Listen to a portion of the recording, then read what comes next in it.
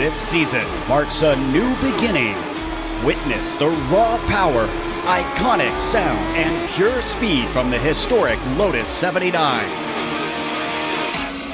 Experience the competition and glory days of early 80s open-wheel action. Watch as drivers wrestle these ground effects cars into submission. Drivers will face off wheel to wheel. For some, it's a chance at redemption. For others, an opportunity to make a statement. All sharing the same goal, to be crowned champion. Who will be victorious tonight? The Lionheart Retro Series presented by DMLC Racing Channel starts now.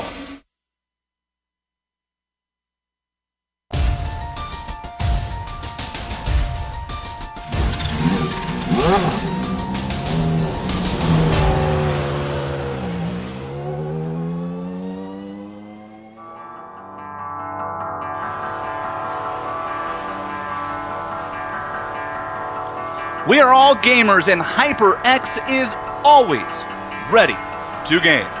Competition, commitment, excitement. This is Lionheart. From Indianapolis Motor Speedway, it's time for the Global Sim Racing Channel's coverage of Season 4 of the Lionheart Retro Series, presented by the DMLC Racing Channel. Tonight, the ButtKicker Indy 250 and all of the simulated retro Lotus 79 action from Green Flag to Victory Donuts coming your way live right here on the iRacing Esports Network. From the home of the greatest spectacle in racing, welcome to another GSRC broadcast and the Sim Experience Countdown to the Green. Alongside of the banker Brian Yatzik, I'm Jason Galvin, joining you up here in the virtual press box for tonight's ButtKicker Indy 250. Sean Ambrose has director duties. The great camera angles tonight coming your way courtesy of our man, Dougie Beard. The month of June is coming to a close here in the Lionheart Racing Series powered by HyperX, and tonight the time has come for the most prestigious race on the Lionheart Retro Series calendar. No track in the world is as revered as the Indianapolis Motor Speedway. So why don't we learn a little more about this glorious track and these hallowed grounds with our GSRC lap guide.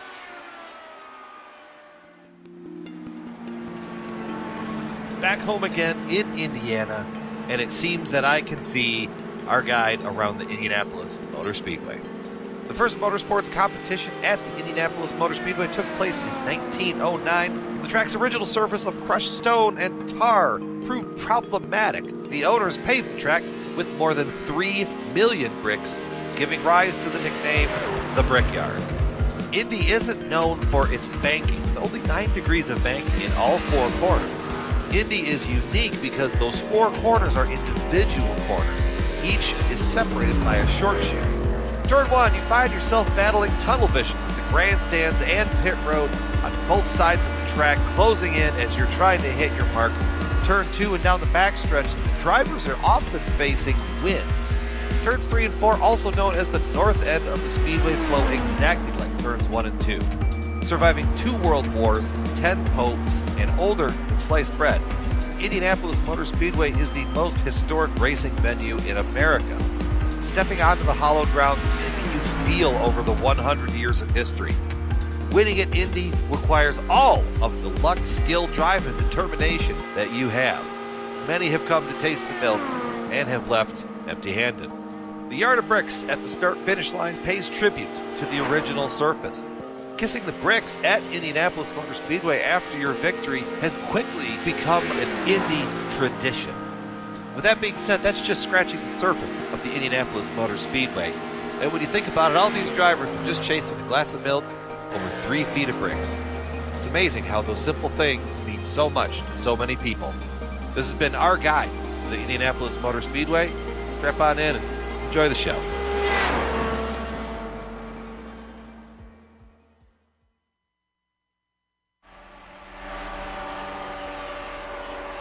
And we'll bring in my broadcast partner for the night, the banker, Brian Yatzik. Yaz, this race is the one that all of the drivers circle at the start of the year. You come to Indy, all bets are off. Nobody's thinking about points. Nobody's thinking about a good finish. You come here to win the most important race of the year. You won an iRacing Indy 500 just a few weeks ago. As a longtime sim racer, what does it mean to win a big race at this track? Let me tell you what, the track might be virtual, but the emotions that you experience are real, my friend. Hello, welcome everybody to another wonderful show here for the Lionheart Retro Series. We are at the pinnacle of motorsport in America, the Indianapolis Motor Speedway, located in Speedway, Indiana. And if you do take the track tour there and they take you to the media guide, A, you get to see the Chris Economaki tribute. B, you get to see downtown Indy from that press room. Really cool thing to take a look at. But we're focusing on the on-track action tonight. So you see a very rectangle sort of looking facility that we have here. I mean, this is Indy. We don't need a big introduction here. All 4 corners exactly the same. 2.5 miles around this facility with 9 degrees of banking. And the thing with Indy is it makes you stay on your toes. danger lurks around every single corner, and just when you think everything is okay enough, you're not safe anymore. So, with that being said, the drivers out here at the Indianapolis Motor Speedway, they've got to rely on how that wheel feels in their hand. And let me tell you, boys and girls, the countdown to green is brought to you by the Sim Experience AccuForce steering system with the most advanced tuning features on the market. The AccuForce Direct Drive is second only to the real thing. We have some pros that'll probably back that up. To check out the entire Sim Experience line of products, head on over to simexperience.com. Indianapolis Motor Speedway is home to 2 of the 20 closest finishes in the Lionheart Retro Series history. You might laugh, like 2 of the 20 closest? What are you talking about? Yeah, well, Season 1 was the 19th closest finish when Dustin Wardlow beat Ryan Otis as they weaved through an 8-car pileup coming to the checkers by less than 0.2 of a second. And last year, David Clymer beat Paul Jenkins in the 18th closest finish in series history, also by less than 0.2 of a second. I promise you, if we race to the green at the end of 100 laps tonight, you are going to be in for a whale of a finish. Let's take a look at the championship standings presented by DMLC Racing Channel. And there you see it, the defending series champion, Ryan Otis, is your point leader by 21 over Sage Karam. George Sandman, third, 39 points back. Aaron Morgan has been Mr. Consistent all season, sits fourth. And Finian Acuna up 1 spot to fifth after the last event over Little Train right there in your championship point standing. Let's take a look now at the Lionheart Retro Series. This is presented by our good friends at HyperX. We're all gamers.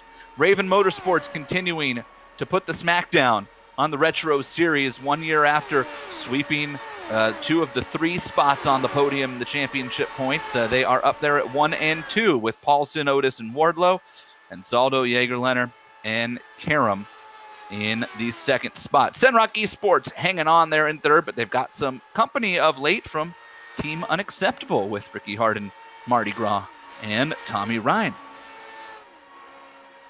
So now take a look at the Rookie of the Year standings, and we're just going to get a bunch of things out of the way right here. Chris Reagan, Richie Hurd, Classy Jason Bossy. Those are the 3 names that have remained on top of the Rookie of the Year battle all year long. And if you look on the screen there, you see just how close that rookie battle is. 1 point off of the lead goes to Richie. 6 markers back is Classy Bossy. Then you got Malone, Tommy Ryan. Those guys are just close enough to keep in the conversation. We see all the time, especially at Indy, where the unpredictability of how the race kind of ebbs and flows tends to lend itself to maybe an underdog or maybe someone making up a whole lot of points in one shot. So don't give up just yet on Tommy Ryan, Ricky Hart, Michael Kangaroo Gray back there. A bunch of the other rookies, Bruno Miranda, just the hard luck of the year award, I think already. I think we could probably just send on that down to Brazil, I believe. Qualifying underway here at Indianapolis, 5 minutes to run 2 laps. It's single car, single lap time qualifying. So we will line them up based on who has the fastest time here. Lionheart Racing Series is powered by our good friends at HyperX, and they are the premier open wheel racing league on iRacing.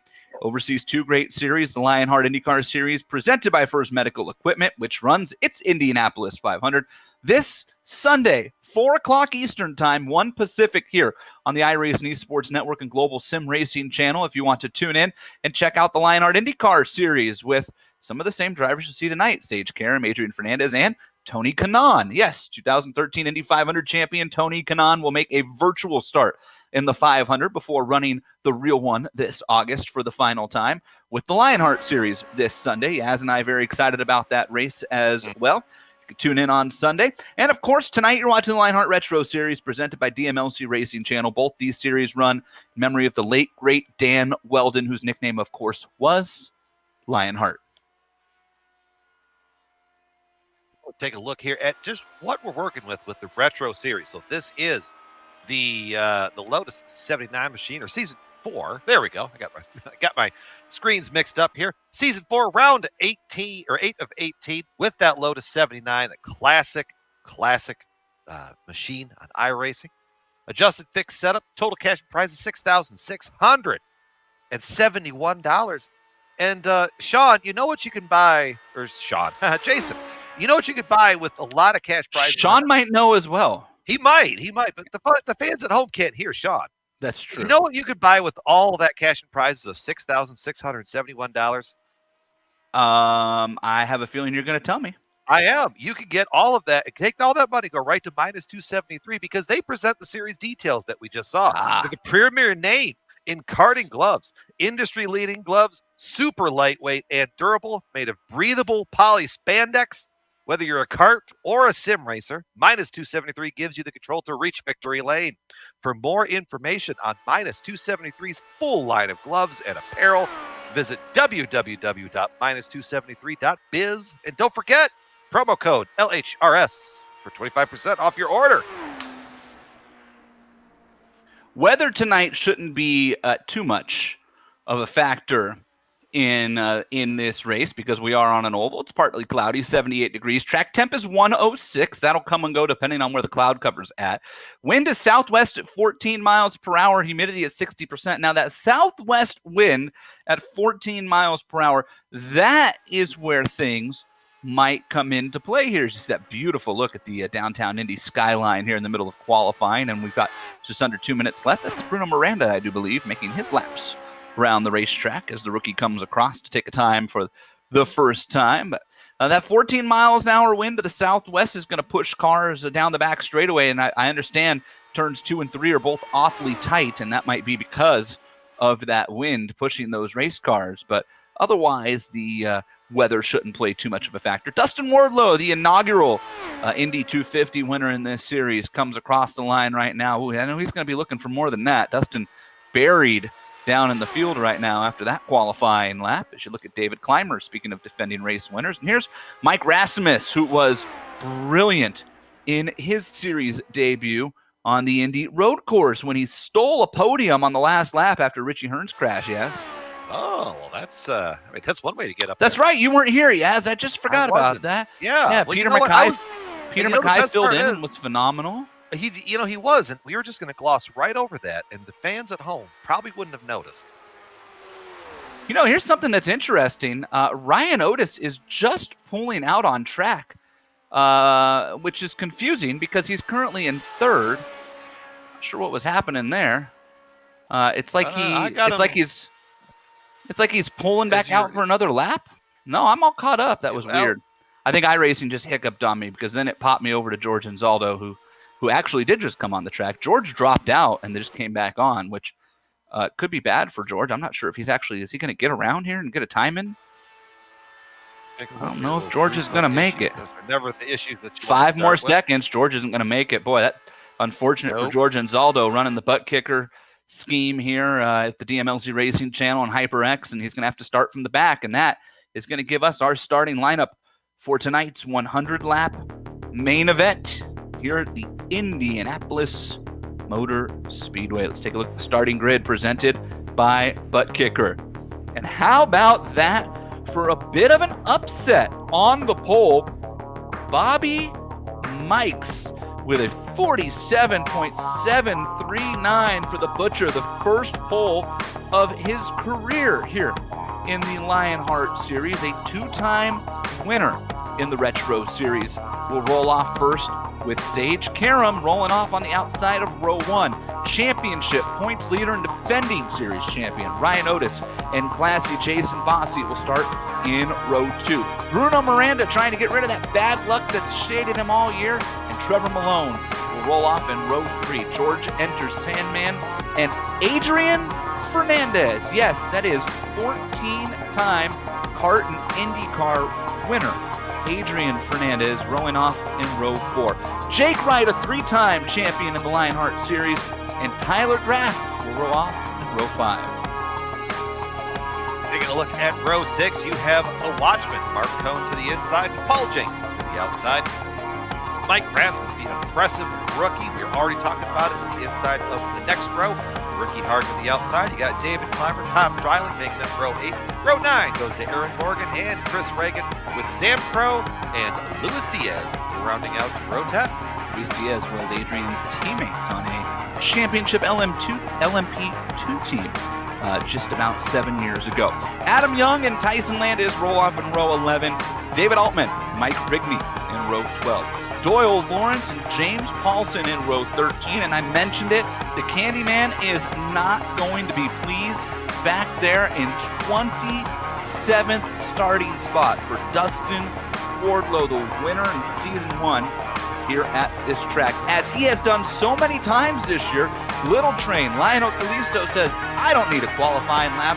I'm going to let things sort itself out. Hey, it worked at Pocono. He won that race.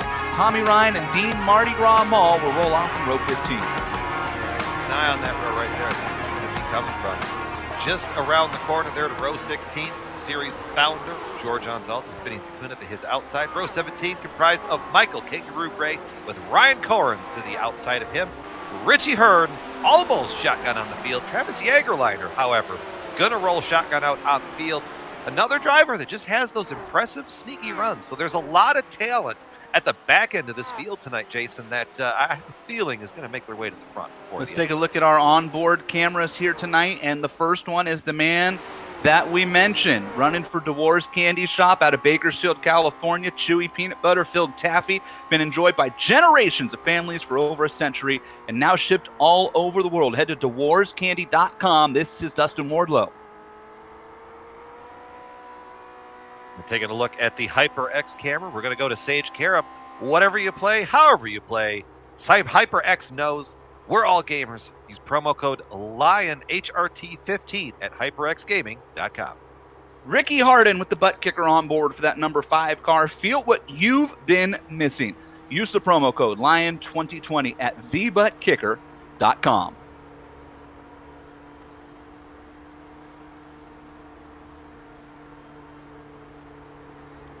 And our final onboard is George Sandman in the Midwest Simulations onboard. Makers of Spotlight's visual spotter system. You watch the track, we'll watch the rest. Use the promo code LionFan at MidwestSim.com. George Sandman, the HPP car onboard there. Here we go. Pace car peels off. We're going 100 laps around Indianapolis Motor Speedway. Green flag as Bobby Mikes and Sage Karam go screaming towards turn number 1. We're underway at Indy.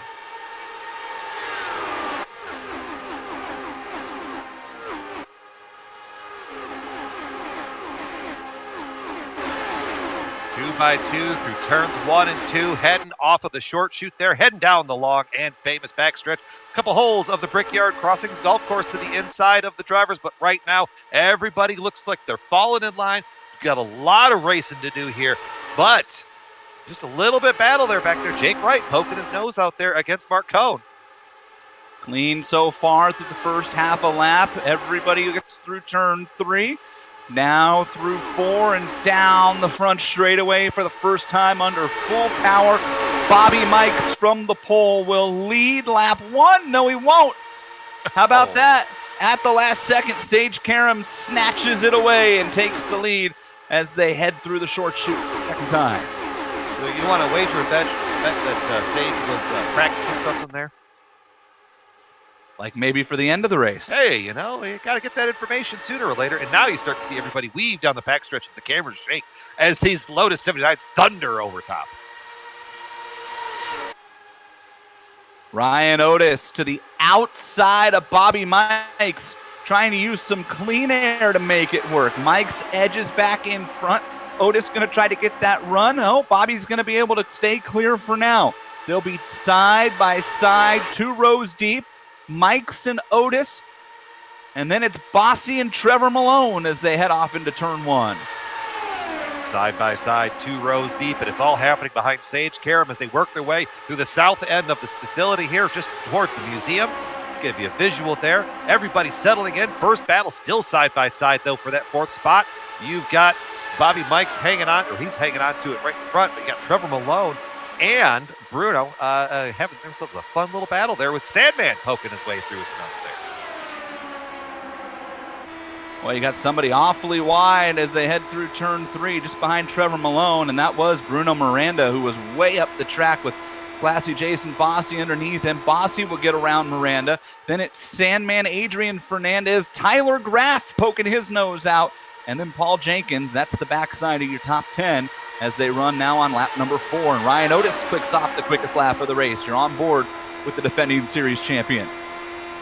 Getting a good look at just what he's seeing working his way through turn 2, trying to get that clean run up there to the rear wing of Sage Karam. You see everybody weaving back and forth just a little bit, trying to break the draft, trying to not make it easy.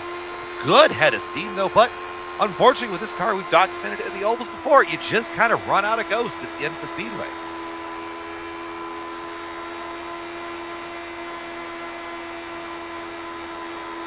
Now, we have been getting reports from drivers that the car is not as packy, if for kind of a lack of a better definition, as we've seen maybe in years past. But I'll tell you what, Ryan Otis, power move to the lead. Give that lap to Ryan Otis and the bonus point going up into turn 1. Bonus point ever so important in the midst of this championship battle. Just 21 points separates these two. Remember, double points on the line here tonight. So what does that mean? It means if Sage Karam leads the most laps and wins the race, he'll be the points leader no matter what Ryan Otis does. That's how close this really is. 21 points, not that much when it's double on the line. It's a 10-point gap from first to second. Both drivers now have earned the bonus point for leading a lap. Both drivers can earn a bonus for a clean 0 incident point race. And you do get an extra bonus point for leading the most laps as well. Lap number 5 goes to Ryan Otis, but Karam pokes his nose back inside and will recapture the lead into turn 1.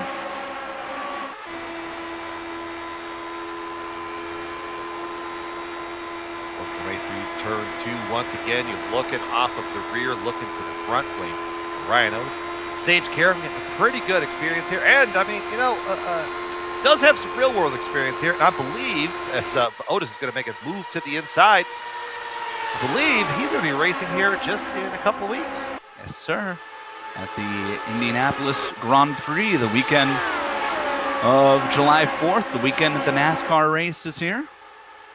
And Sage just announced, I think it was yesterday morning, that would be happening, and then hopped on an airplane and flew to Charlotte and did some testing in the Chevrolet simulator, and then rushed back for pole night for the Lionheart IndyCar Series last night. So, been a busy week so far for Sage Karam, and everybody excited to see him back in the car, that Wilkes Filter car on the road course.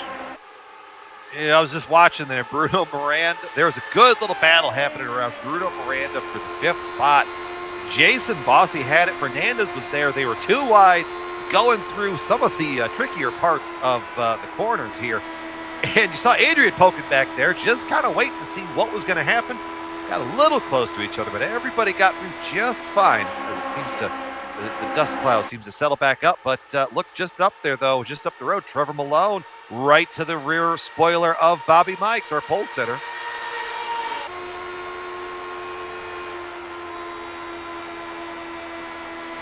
Looks like Trevor just decided to fall back in line. Too late down the front stretch, potentially make a big move, which I've been noticing really happens, I mean, almost as these guys are heading up into the corner to get the steering wheel cocked right. That's where these big runs seem to be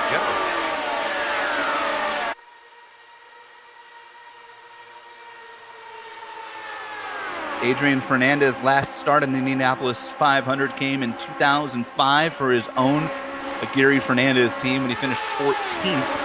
His only start that year in the IndyCar Series. The year prior, in 2004, he ran the whole year, finished 5th in points. He captured 3 wins in the final 6 races, Kentucky, Chicago, and Fontana, and finished 7th at the Indianapolis 500. And if it wasn't for his early season issues at Phoenix and Motegi, the first 2 races of the year, had a real chance at winning the championship in the IndyCar Series in his lone year there. Believe it or not, Adrian does not have a lot of real-life experience here at Indianapolis because of the kart IndyCar split, and Adrian heading off with the Tasman and then Patrick team and then his own team on the kart side of things. So Adrian getting to turn some laps and have some fun here.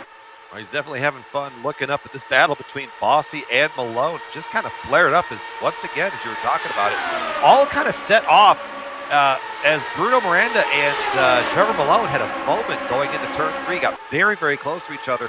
Trevor took a very high entrance and probably checked up that back part of or brought the backpack to him. And that's where you saw Fernandez poking his nose through there. Sandman is attached to that draft as well. And who is that just behind Sandman? Well, that is Tyler look Graff. at that. Look at that, Tyler Graff. And Mark Cohn, the watchman right behind him. Both in one-off starts for Graff and Cohn. They're full-time competitors over on the IndyCar Series side of things. Tyler Graff, of course, a former league admin in the Lionheart Series. Mark Cohn, the sponsor of the Retro Series and the 2019 Retro Series Driver of the Year, making his first start this year. They are 3 wide ahead of Tyler Graff into turn 1. I was going to say, Tyler's got a pretty good look at what's going on in front of him, but everybody made it through turn 1 just fine. That was Bossy, Fernandez, and Sandman as they screamed off 3 wide into 1, and everybody. Some cars have kind of checked out a little bit.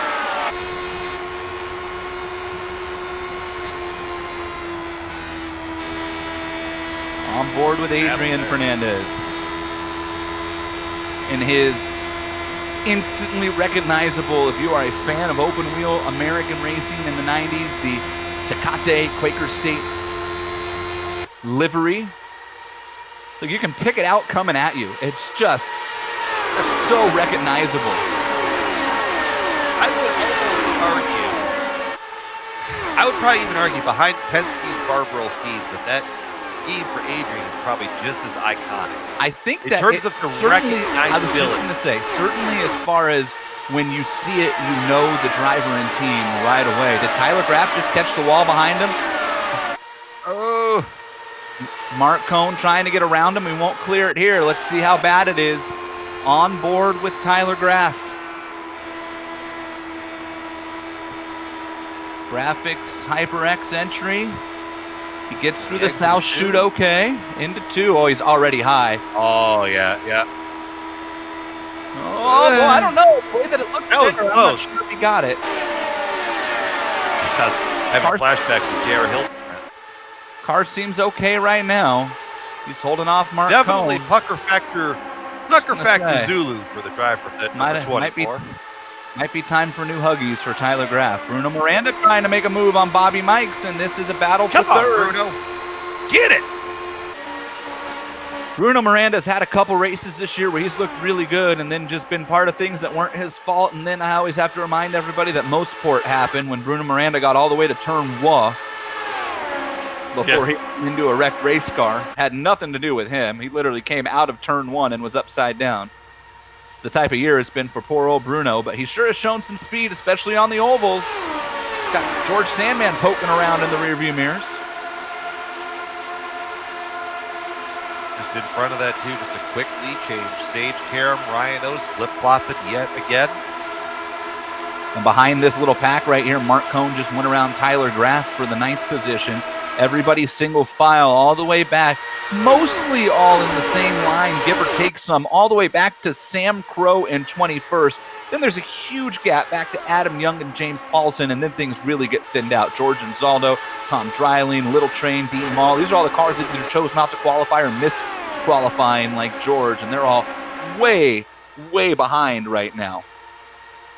Like half a lap behind already, which is kind of shocking here. We're on lap 14 already. This race 15 now, flying by as Ryan Otis goes back to the point into turn number 1. And we are told by the Lionheart Series that the fuel window is roughly 30 to 35 laps. As we take a look at our ButtKicker race analysis, 100-lap race, 35 is allegedly the max.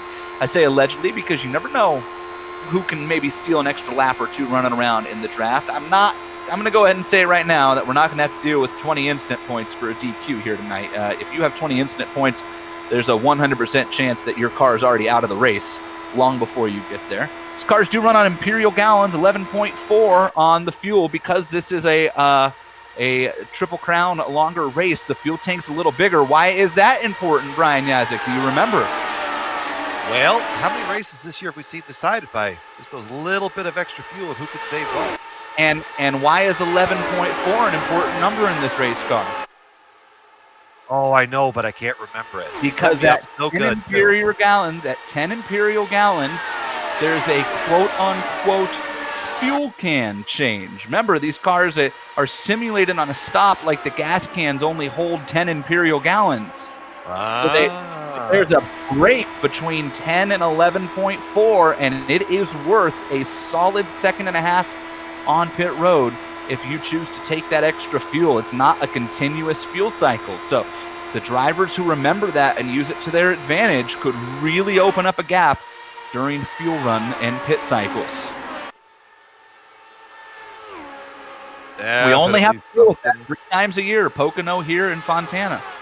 Yeah, that's definitely worth keeping an eye on. The fact that I had remembered that it was discussed, and I remember a while since you and I in this race car for a race, so I'm gonna let you notice that too. 2 seasons, in fact. Yeah. Time for your weekly Lionheart Retro Series trivia session, Brian Yazik. Oh boy. How many laps have you led in this series at this track? Ooh. Man, I want to say... I'm going to give you a hint. It's not very good. Then, okay, it's the other end that I thought of, 2. Yeah, it is. Yeah, it's 0, in fact, which stunned me. 0! You hadn't once led a lap here. Can you name the driver with the most laps led? And here's a hint. He has not won a race at this track in this series. Man, you're really grilling me with it. I'm trying. With all of it. Man. Look, I got to put all these great stats to work that the Lionheart series provides us. I mean, just out of just sheer ability, it's either got to be Otis, but I know he doesn't have a win. I'm gonna go Candyman. Why not? No, he won the first one. Those are the first one. Good guesses, and Wardlow did win the first one. That's going to be my next. You're going to enjoy that. That's going to be my next trivia question. So then, my process of elimination would be Jake Wright. Jake Wright is also way down. He's led 11 laps here and has not won. Dustin Wardlow, Paul Saunders, and David Clymer have all led laps. Adam Blocker and Paul Jenkins are tied for 5th at 17. Alex Saunders, who won in Season 2, led 23 laps. Big Joe Hassert led 24. Dan Guerin has led 34. And the driver who's led the most laps here with 55 laps led, and let me tell you, this surprised the living daylights out of me, was me. I had no idea. Apparently, I was really good in Season 1. I remember being really good, and I had the lead coming out of Turn 4 when that big wreck we already talked about happened. I don't remember leading 40 of the 100 laps. That was a good night for me. Yeah, you always drove that bright green Menards car. Yes, sir. Yeah, it was Tony Stewart's championship-winning IndyCar livery is what that was. Jake Wright painted for me. Here's maybe the most impressive part of that, okay? I led 40 laps in a race that had only 5 cautions for 15 laps and had, are you ready for this? 41 lead changes. Woo! We had a lead change almost every other lap, and I somehow led 40% of the race, which I do not for the life of me remember it being that cutthroat, but it makes me want to go back and find the broadcast, honestly. That just sounds like a lot of fun to watch. We had a 34 cars start that race, 35 start in year 2, 31 start last year. So today's field is the biggest field ever for this race at 36 entrants. Most cautions was Season 2. We had 10 cautions for 37 laps. Last year's was much better, back down to 6, and so far tonight looking pretty good as well. 21 lead changes in Season 2. The cautions probably played into that. 35 lead changes 1 year ago. So this track certainly has a penchant for putting up a lot of lead changes. Paul Jenkins led the most laps last year. He led 17 en route to his runner-up finish. Here's that trivia question I had about Dustin Wardlow. I told you Dustin Wardlow won in Season 1, the inaugural race here. How many laps did Dustin Wardlow lead in that race, Brian Yazik? Did we mention it? The Ward car. Did we mention it before? We have not mentioned how many he led in that race. All right, I'm going Price is Right rules. 1 lap. 1 lap. Dustin Wardlow led that race for less than 300 feet and picked up what at the time was the biggest win probably in his sim racing career. I'm not sure how he would rank that versus his road course win in the IndyCar series. Was it 1 year ago at Motegi on the road course, or any other wins that he has had. But I know that race meant a lot. He's got a big old poster in his office from that race, and Jake Wright, I think, designed that as well. Let's check on the front of the field here. Sage Karen, Ryan Otis, they continue to be the first 2 cars, but Bruno Miranda has closed in on the back of Ryan Otis, and those 3 now have kind of separated a little bit there from George Sandman and Bobby Mikes, who are looking like they're going to go side by side into turn 3. Good little battle back there, too. It's, Bob Mikes, Trevor Malone back there. Mark and out Cohn. front, they got a little bit of everything as we kind of look through the field here today. We're closing in on green flag pit stops here, Brian. We've got less than 10 laps until I would expect we start seeing some cars peel off as Ryan Otis goes back to the point.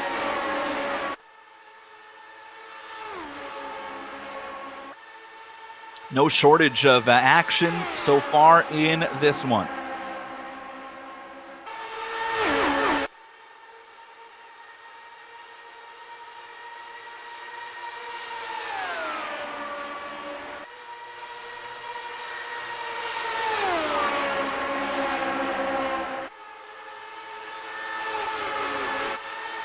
Yes, there's something beautiful about just watching these Lotus 79s rip around the Indianapolis Motor Speedway. Kind of harkens you back to the heyday of Carb Day and all these, just the whole month of May, and how everything's changed now as we see a great battle, I believe, between Sage Karen and Ryan Otis heading back off into turn 1. If they're trying to swap draft, they're not getting very far away because you got Bruno and Sandman now working his way up from his 7th starting spot. But you got Bruno and Sandman just lurking back there. They're just keeping themselves close. You got Mark Cohn working his way up there. You see him just at the back of the camera shot there.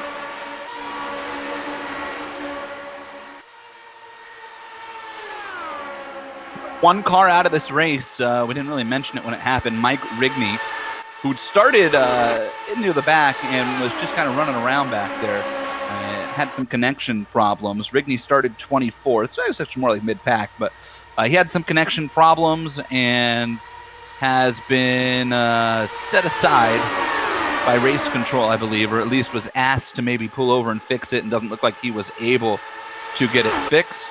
And so Mike Rigney is out of this race. Everybody else, 35 other cars, are on the not a good race to take as a drop, especially double points. Going looking over the shoulder of Ricky Harden there, that ButtKicker camera. Ricky right now worked his way as hanging out in the 17th spot, slipped back a couple from the 14th spot. Luis Diaz, 20th, up to 15th, right there in front of him. Some of the hard chargers, everybody's just kind of running where they started, just kind of looking through the groupings. Mark Cohn working his way from 11th to 6th.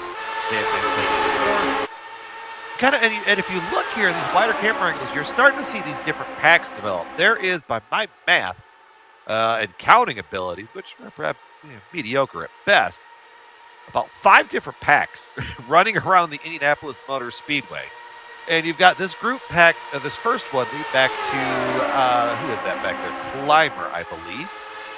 And then they go back in other different ways, or about another 3 seconds, back to the number 24 machine of Tyler Graff, who's leading that second train rolling here.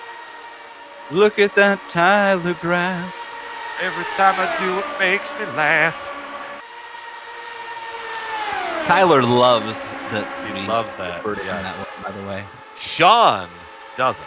Oh no! Oh, we got a problem out front. Paul, someone just spun out. No caution. They're down to the access road. Paul Jenkins. I thought I saw that one. David Clymer just apologized. Oh, he thought it was Nico. Let's take a look again. Oh, it was.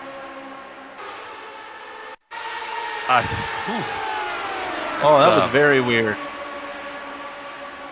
That was they kind of come together, and then it net coated, and I don't know what happened there. Boy, Paul Jenkins, somehow he hung on to that. He looks okay.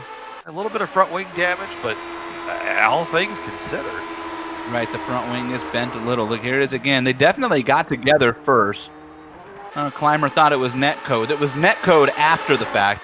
In fact, the net code probably saved Paul Jenkins, because had he just wrecked the way he probably should have there, it would have been very ugly. Here's probably the most impressive part. Paul Jenkins spins, recovers, and he's in 21st.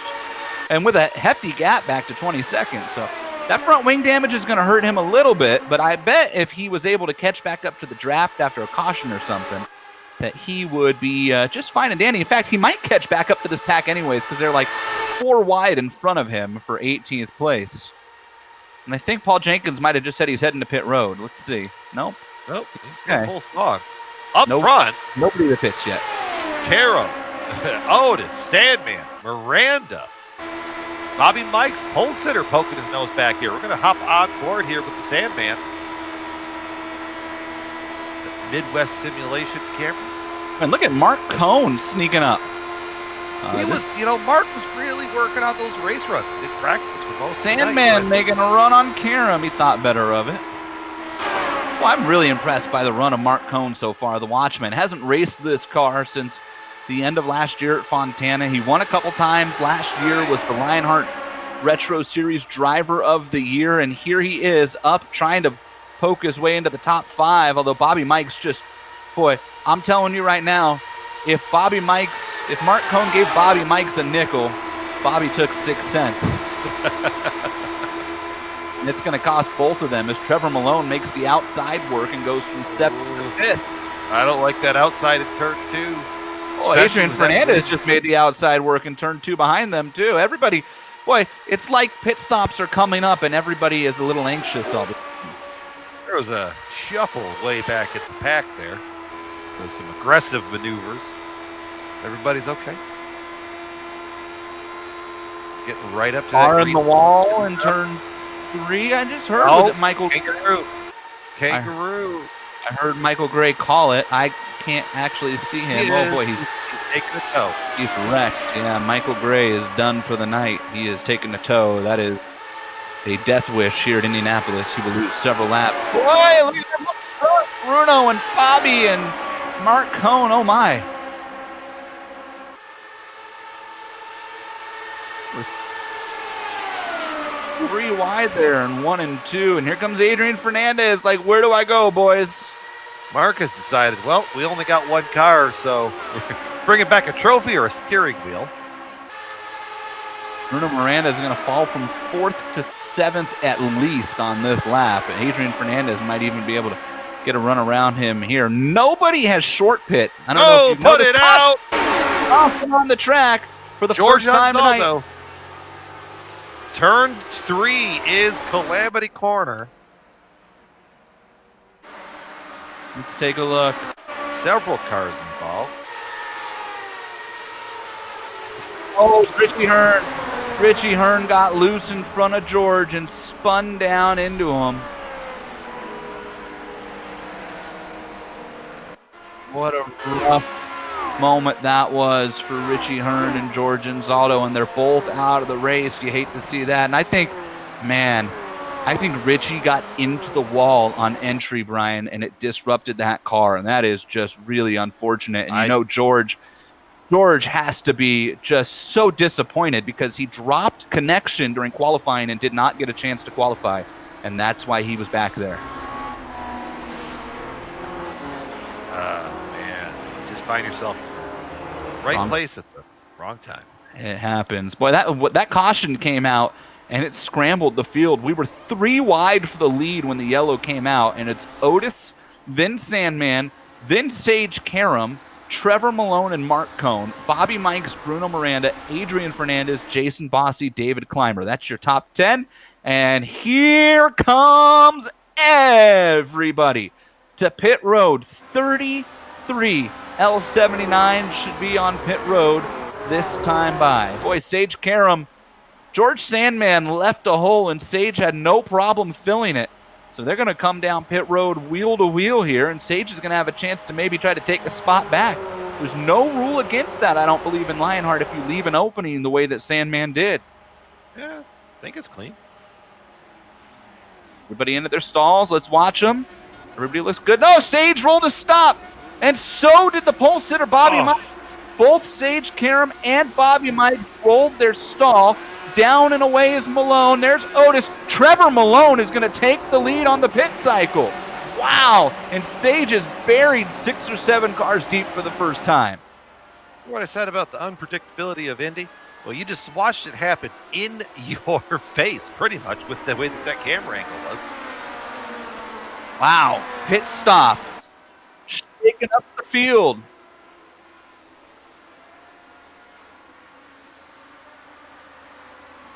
Trevor Malone will jump to the front.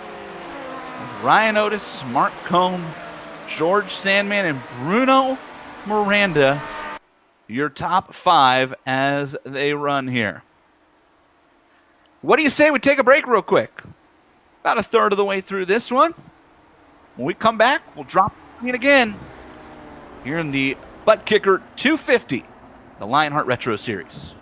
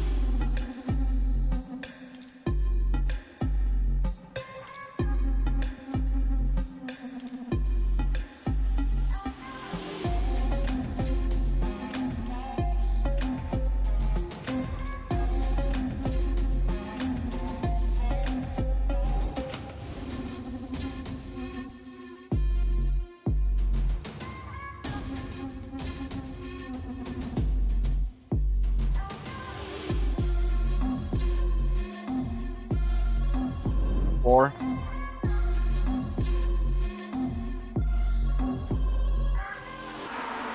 And welcome back to the ButtKicker Indy 250. Pace car peeling off. We're ready to go back to green. George Sandman, too fast exiting to the back of the pack. And already Sage Karam is like, yo guys, I gotta go. Into turn 1, he already takes over Bruno Miranda to move up into the 4th spot. But it's Trevor Malone, Ryan Otis, and the Watchman, Mark Cohn, in that beautiful gold and white car up there in the 3rd position.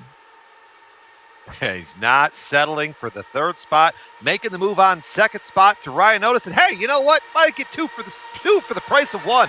Mark Cohn using the draft 3rd to 1st. The Watchman into P1, and I got to tell you, the way Otis and Malone are running here, I think Mark's going to be able to hold off and lead this lap as they scream down the front straightaway. Let's see. Here comes Otis. Here comes Otis. Not going to get there. It was Mark shades. Cohn leads the lap. Shades of 92 down the front stretch at Indy. You saw that white machine of Otis just closing in, and you were waiting for it to come darting out. Brian, we got a guest commentator up here We do. in the booth with us. An Indy legend. The one, the only, Big Joe Hasser. He of 24 laps led at this race in this series. Big Joe, what are your thoughts so far on the Indy 250?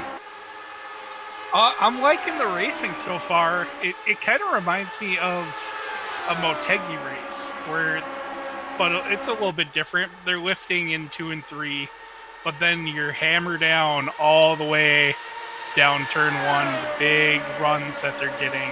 It's allowing the leaders to swap. It's allowing guys to catch up. If you can nail turn 3, that's really setting you up to make up some spots on the front stretch. You've driven this car on ovals, and we all know how unpredictable that it can be. How unnerving is that as a driver when you've got a car like this that wasn't built for ovals, and so it doesn't really like to be off the throttle in the corners, and that's not something Brian and I have talked a lot about tonight. You don't like to lift in this car in the corners, but yet here we are at Indy, a track that historically is wide open in this car, and you're having to lift on half the track. How unnerving is that? It gets pretty nervous, even at any track when you have to lift. When you're going into pit stops, anytime you have to get off the gas, it can really unsettle the car. It's taken some mastery by these guys for how long they've been keeping it clean. I think they're doing a really great job. Bruno Miranda! Oh! Well, he is upside down. If it's any consolation, he absolutely stuck the landing. No caution. Let's take another look.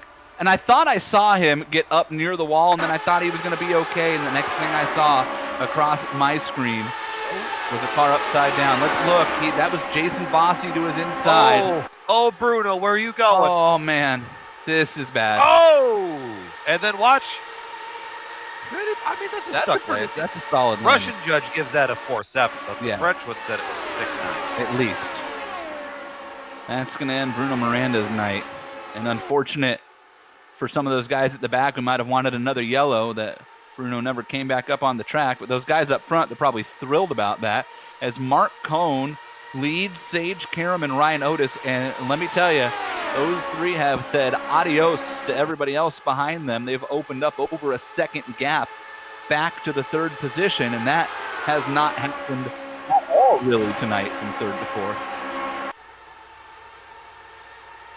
Not been able to see the leaders get away at all, and yet here they are, and here's the battle for fourth. Malone, Bossi, Bobby Mikes, Adrian Fernandez. Mike Rasmus is back there lurking around as well.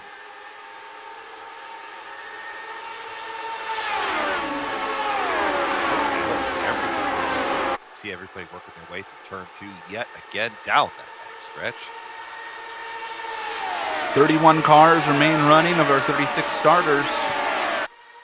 12 seconds from the leader back to the last car running.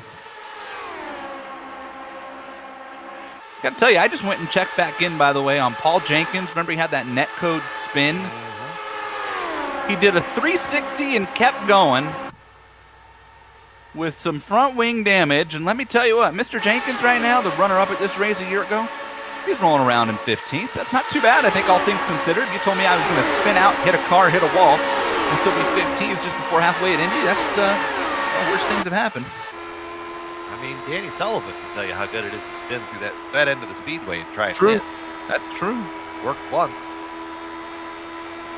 Joe, do you have any spin and win stories of your own from your sim racing career? Not without a reset, but And that's a crash and win. I mean, we got some history here where we get try to win and end up spinning. That's like me really saying going too well. That's like happened me to all a couple three of us, I think. Yeah, me a couple years ago saying the only hand pays I ever got at the casino was because the machine malfunctioned. And I couldn't get my $13 ticket. 3-1. Adrian Fernandez underneath Malone and Bossi, and he made it stick. I mean, that's... Ladies and gentlemen, that's what happens when you've driven an Indy car at 240 miles an hour in real life. Adrian has entered the building. I think he's feeling comfortable now here in the Lionheart series. You think? You know, they made that move stick, but what it's doing is letting the leaders check out that much more. Yes, they So have. what we have to wonder is, was that worth it in the long run? The last run, it seemed like the first two cars, Otis and Sage, started to check out, but the pack did end up catching up. But with 3 cars, I think that draft might be strong enough where they can hold that lead. Oh, and they're not exactly playing nice behind them as Jason Bossy goes back around Adrian Fernandez, and Bobby Mikes and Trevor Malone are 2 by 2 behind them, and then it's about 7 or 8 other cars there that have held into that line. Up the track goes Trevor Malone off of turn 2, and that's going to open up the door for Bobby Mikes. And you're right, Joe, the front 3 are just walking away at this point down the back straightaway, and it probably doesn't help anybody now that Bossy and Fernandez have kind of separated out a little bit, because 2 cars is going to be slower than 3, and the pack behind them is still wheel to wheel as we close in on halfway here. It'll be lap 45 this time around. We're going to be 3 wide when we get to turn 1. Oh, maybe thinking better of it. That's that risk versus reward Joe was talking about it. You know, you got to put yourself in a spot where you have to be there at the end of the race and going 3 wide on lap 45, as exciting as it is. Not necessarily the way to maintain, because just like what Joe said, front 3 is starting to sneak away just little bit by little bit.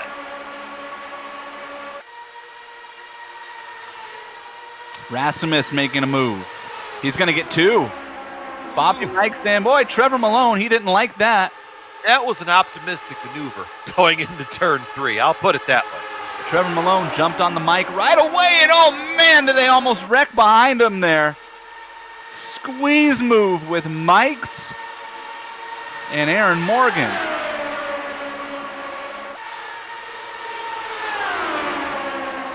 Boy, this pack right here is just calamity waiting to happen, it feels like. Yeah, this is, yeah. And don't look now, but here comes David Clymer. David Clymer, does he have rear wing damage, Brian?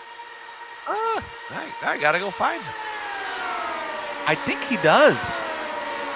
I think there was a slight cut there between a couple of guys in turn 2 as well. I think you're right. Yeah, it's just right in the middle. It's bent. There it is. Sure enough, you can see it Hey, right there. there it is. Well, David, They won't fix that. you're gonna have a That's bad not a time, in the unfortunately. series. Yeah, I can't find where it happened. I've gone back a couple laps, but he is going the wrong way. Tyler Graff to the outside, and the winner of this race 1 year ago. Woo. He's probably thinking to himself right now, why does my car suck all of a sudden?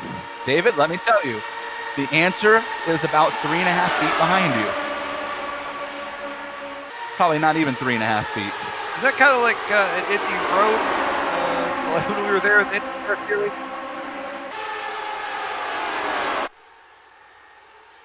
Talking about car having no oomph down the front stretch. And Yeah, look at that basically. down the front stretch. There's Otis and Karam. Mark Cohn just watching. Jason Bossy and Adrian Fernandez were wheel to wheel behind them going into turn 1. Jason and Adrian seem to be holding that gap. They're not closing in, but they're not losing on them.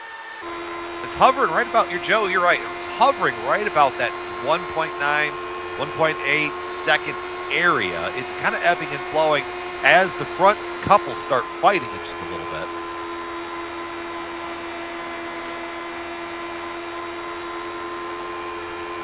Smartest thing they could do, just get single file. Boy, look at the run you get off turn 4 when you don't have to lift.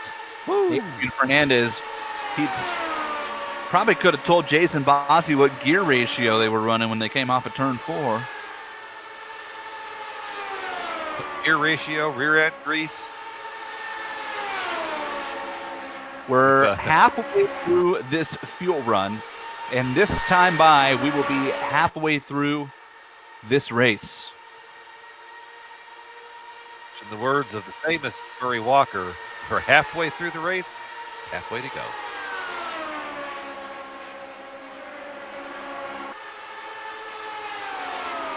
let's just stay looking at this battle right here. This is just a cluster from about 6th on back. You got Rasmus just looking at the rear view mirror going, guys, you can all just kind of stay back there. Aaron Morgan just very Mr. Consistent, like, creeping his way through there.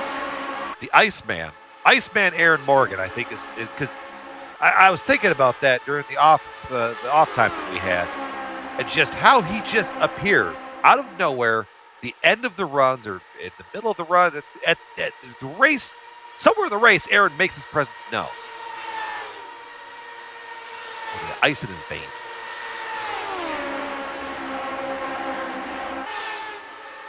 Halfway through this one, let's take a look at our driver profile here for this one.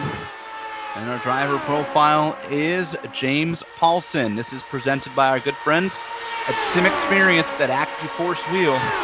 James Paulson has made 36 starts in his Retro Series career. He has 9 top 10 finishes and still looking for his first top 5, which surprises me a little bit because he's had some speed, especially earlier on in his career. His best finish, as you see, came in 6th place, both in Season 1 at Long Beach and earlier this year at Watkins Glen. James has been with us since the original race of the original season, on and off here in the Lionheart series. There's your front 3. Ryan Otis going to make a move on Sage Karam, and I got to tell you, I love Mark Cohn's strategy here. Like, I'm here, I'm in it. If we go to the end, I'm going to be one of the 3 cars with a shot to win this race right now. No need to get up there and mix it up. Well, and especially, too, you look off the rear view mirror, and you've expanded that gap. I was just talking about it when Joe was talking. It's about 1.8, 1.9. Now it's up about 2.3, 2.4. Oh, big problems up at turn 2. Is it going to bring out a caution? I don't think so. 58 car. Tyson Landis stopped off of basically the pit straight there. I heard Adam Young say sorry, and Adam Young is going to be the reason for this.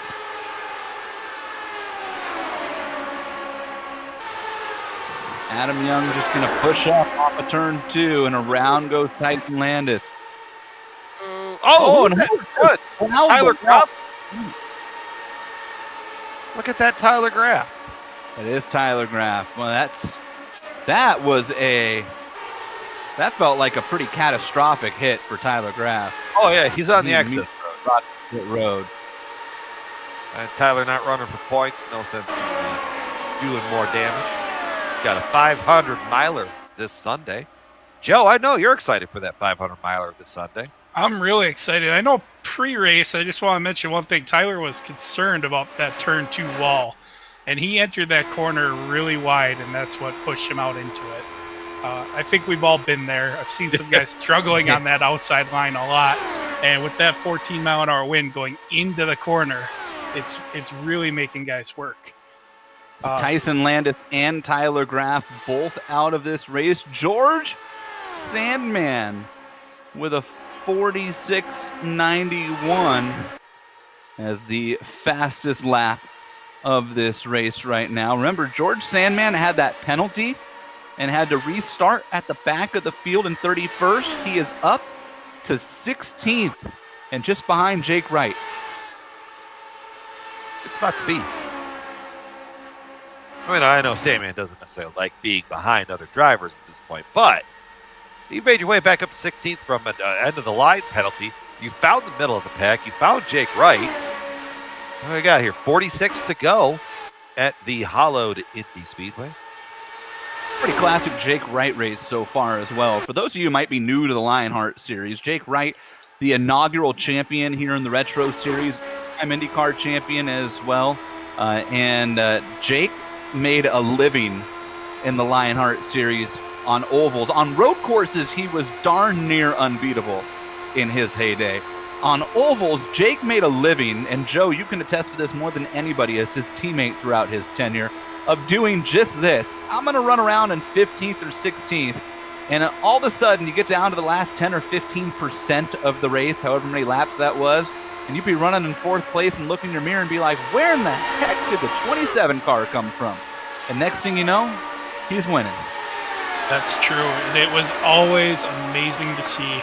And we were teammates, and it still surprised me. I mean, eventually it didn't surprise me anymore, but he's just running there. I am concerned he's dropped back so far through the race, and they got a 6-second gap. If the thing goes green, I don't know if he's going to be able to get up there. He's probably going to be looking for a caution here, hopefully, to finish. Well, they were almost 3 wide in front of him there with Reagan and Bobby Mikes and David Altman as they get awfully close there in the North Chute.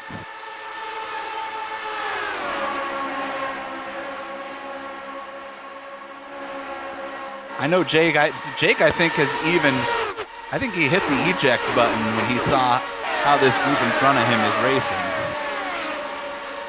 He's just gladly letting guys go. That's how he made his living, just being consistent.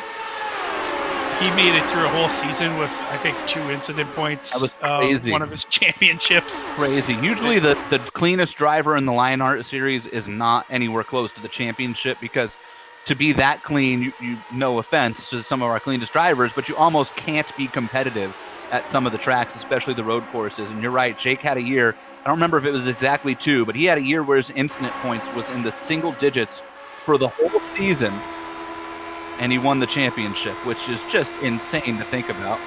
Let's go on board here with Joel Sandman, and this is on board the Midwest Simulations on board. Let me tell you, MidwestSims.com, if you don't have spotlights and you are an iRacer, you are not as good as you could be.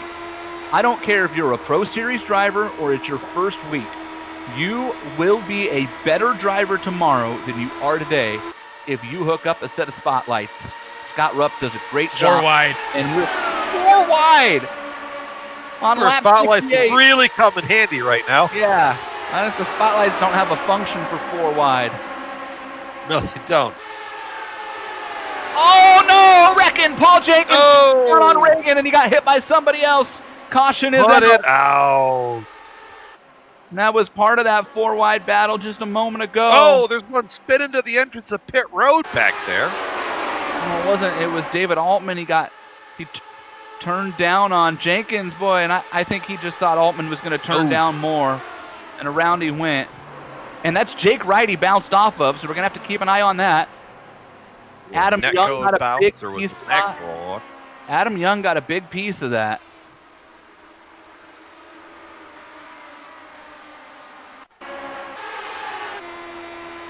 I don't know who it was who was spinning down pit road.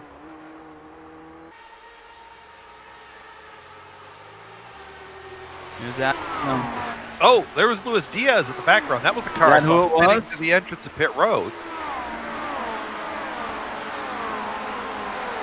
Let's look at Luis Diaz.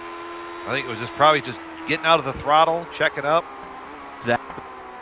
Exactly what happened. Oh, yeah. And then he reacted. Did he hit the wall? Nope. No contact. He's fine. No. That's a great save by Luis Diaz. Good.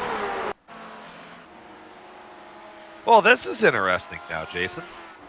Boy, yeah, we're short of the window, but not by much. And look at this. Sage is staying out. Ryan Otis is not. Mark Cohn, Adrian in. Bossy's staying out. Boy, do I love it when we split the field. We're not going to split that many. Who else is coming? Adam Young's coming to the front. Is he bringing Little Train with him? I thought more cars would stay. Little Train, Young, Cords, Doyle Lawrence. All part of that ride and shot. So the ride and shotgun team has decided that they are going to make their bed with Sage Karam at this point. I got to tell you, if I'm going to make my bed with anybody in this series, Sage Karam's probably the guy to do it with. So it's Lawrence, Corns, Adam Young, Little Train, Bossy, and Karam who all stay out at this point. If we go green to the end, those are your heroes. And if we don't, they're in a lot of trouble. It looks like Otis won the race off pit road there. It was really close. I did take a look at Jake Wright, and I think he did end up ghosting through the crash. I didn't see any damage on his car. Car looked clean to me as well, Joe.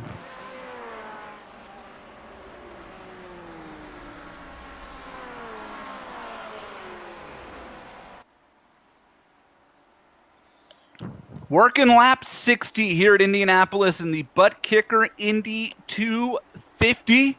We'll take our final break of the night, and when we come back, we're racing for the win here at IMS. This is the Lionheart Retro Series on the iRacing Esports Network.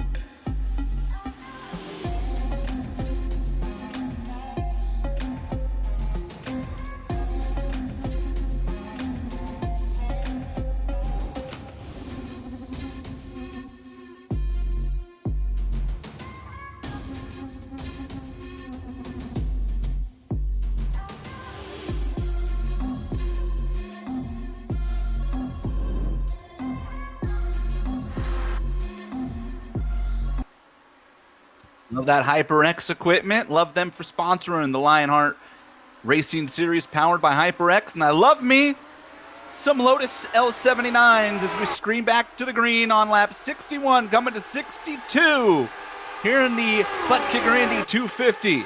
And it's Sage Karam leading Jason Fossey, Lionel Callisto, Adam Young, Ryan Corns, and Doyle Lawrence. Your top 6 have not been to pit road a second time.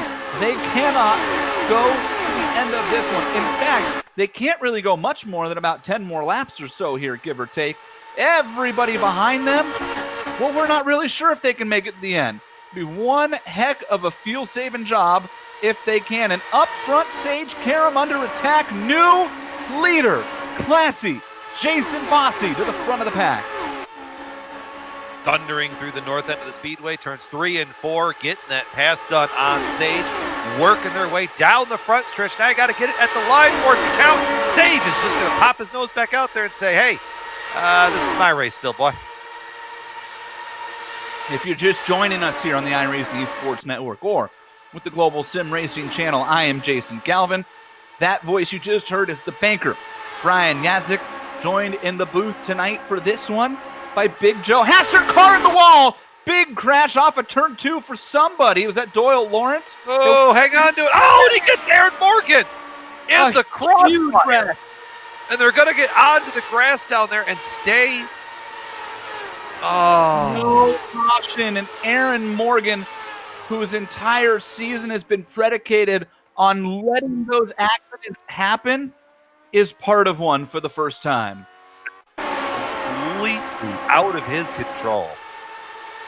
Doyle gets up into the fence, rides it down, and then it just hooks left at the wrong moment for Aaron Morgan. Nothing Aaron Morgan could do there, and his car is destroyed. And we got, oh, it's a replay. Sorry, boy. I jumped the gun. I was like, we got another one. Same thing. No, we don't, but we do have an onboard with Aaron Morgan, and that's even less pretty in person.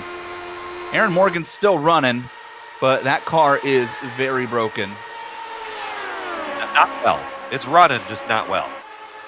The right side of that car looks a lot more like a Formula 3 than it does a Formula 1 car. But you get a big wreck and a caution. And where that happened with Doyle, it's allowed the top 5 to check out on Otis and Cone.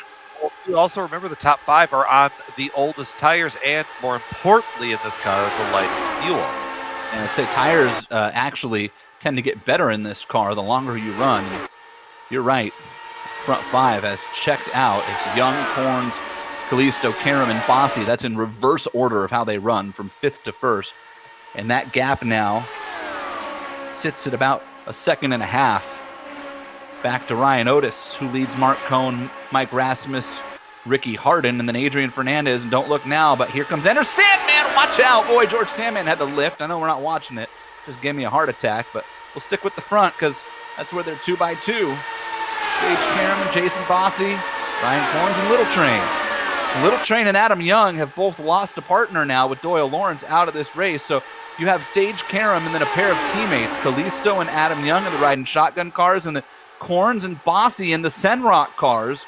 You notice them all running the blackout scheme there. Finian is as well.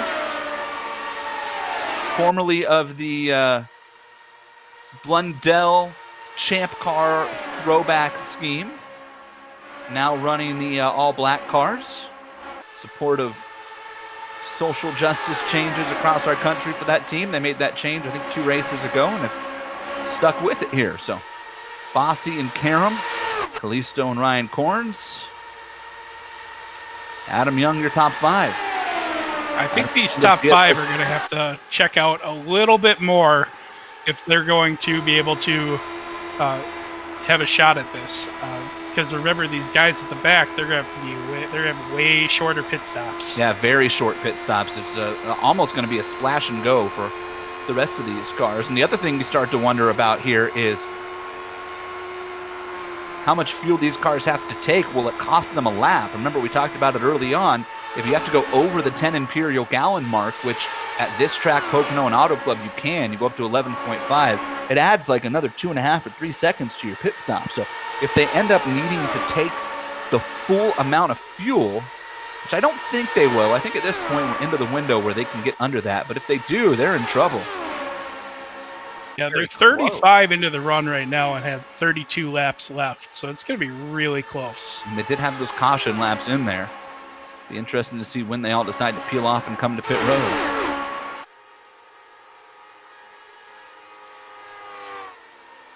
Meanwhile, in the pack of, I'm not going to call them good to go, but I'm going to call them more likely to make it. Mark Cohn leads Ryan Otis. Mike Rasmus, Adrian Fernandez, George Sandman, Ricky Harden now up into the top 10 with Trevor Malone back there. Bobby Mikes, David Altman trying to hang on to that pack as well.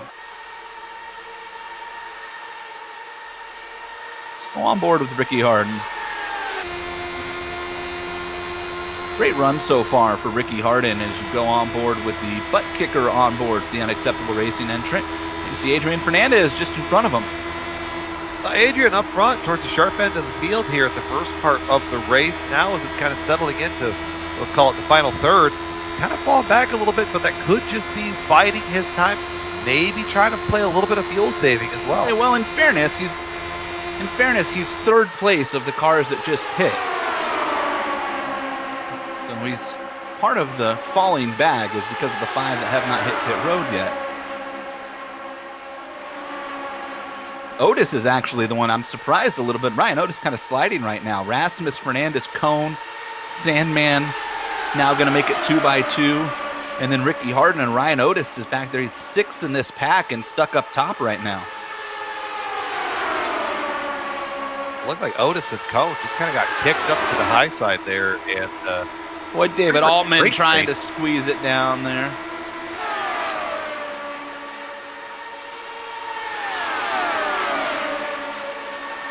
Eye on the front 5 as well, waiting for one of the signals to peel off.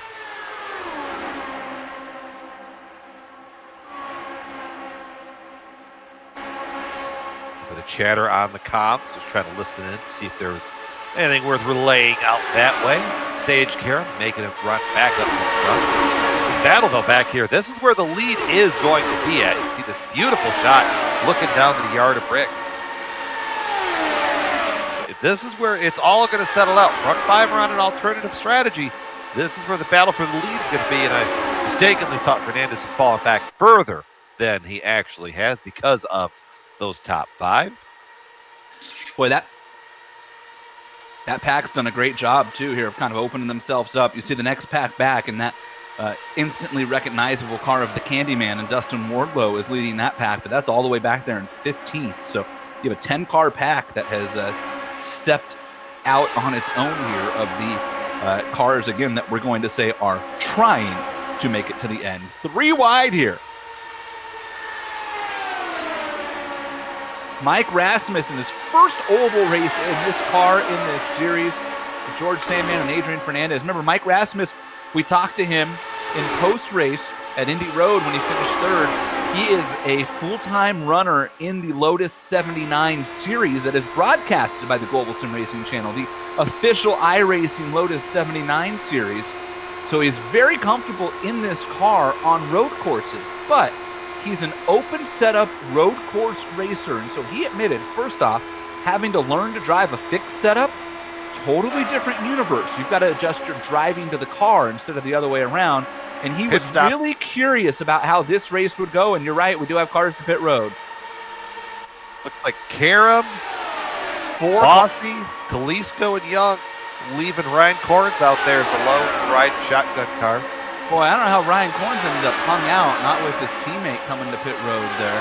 It was Sage dove and everybody followed. The entrance to pit road got real tight. Corns never even thought about hitting the brakes there, so he kind of made his bed at that point. And just to give you an idea, Ryan Corns, as he comes off of turn 4, and I'm going to imagine he comes to pit road this time, Ryan Corns has a 3.9 second lead. And here he comes to pit road. Yeah. Bringing it down there, that's going to hand the lead over to George Sandman.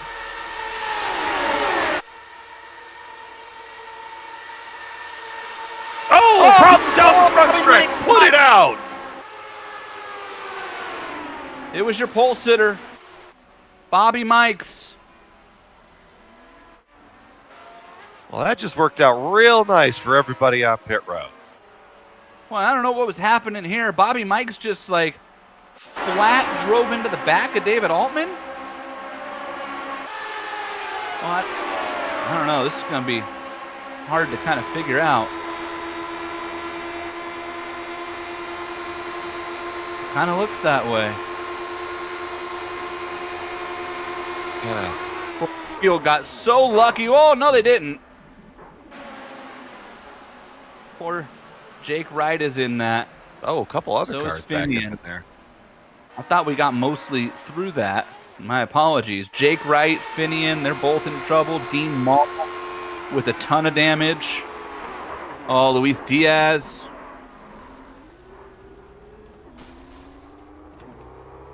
Luis Diaz might have got away with the fabled net code through that. Really thought we were going to get through that one okay. Well, I have no idea what Bobby Mikes was doing there. I think he just maybe misjudged where his right front was, Brian.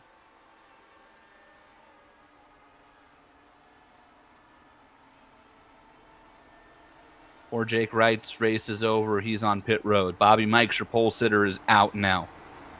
Aaron Morgan has retired his car. Dean Mall is out. Finian is out. And again, Luis Diaz looks okay from my perspective here. I hear Adam Young yelling at everybody to get going because they wanted to catch the field before everybody else hit pit road. I think that he thinks they're all going to pit, and I'm frankly not sure anybody's coming. I think this yellow might make everybody good to the end, Brian.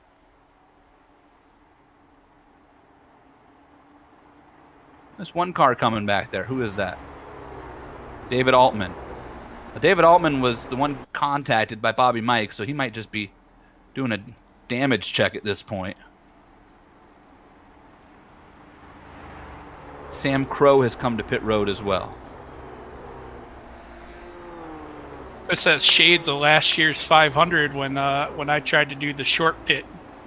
Got a yellow and actually hurt me, but everybody did have to pit. I ended up in the lead, but I had about 8 laps on my tires, which forced a struggle there at the final shootout.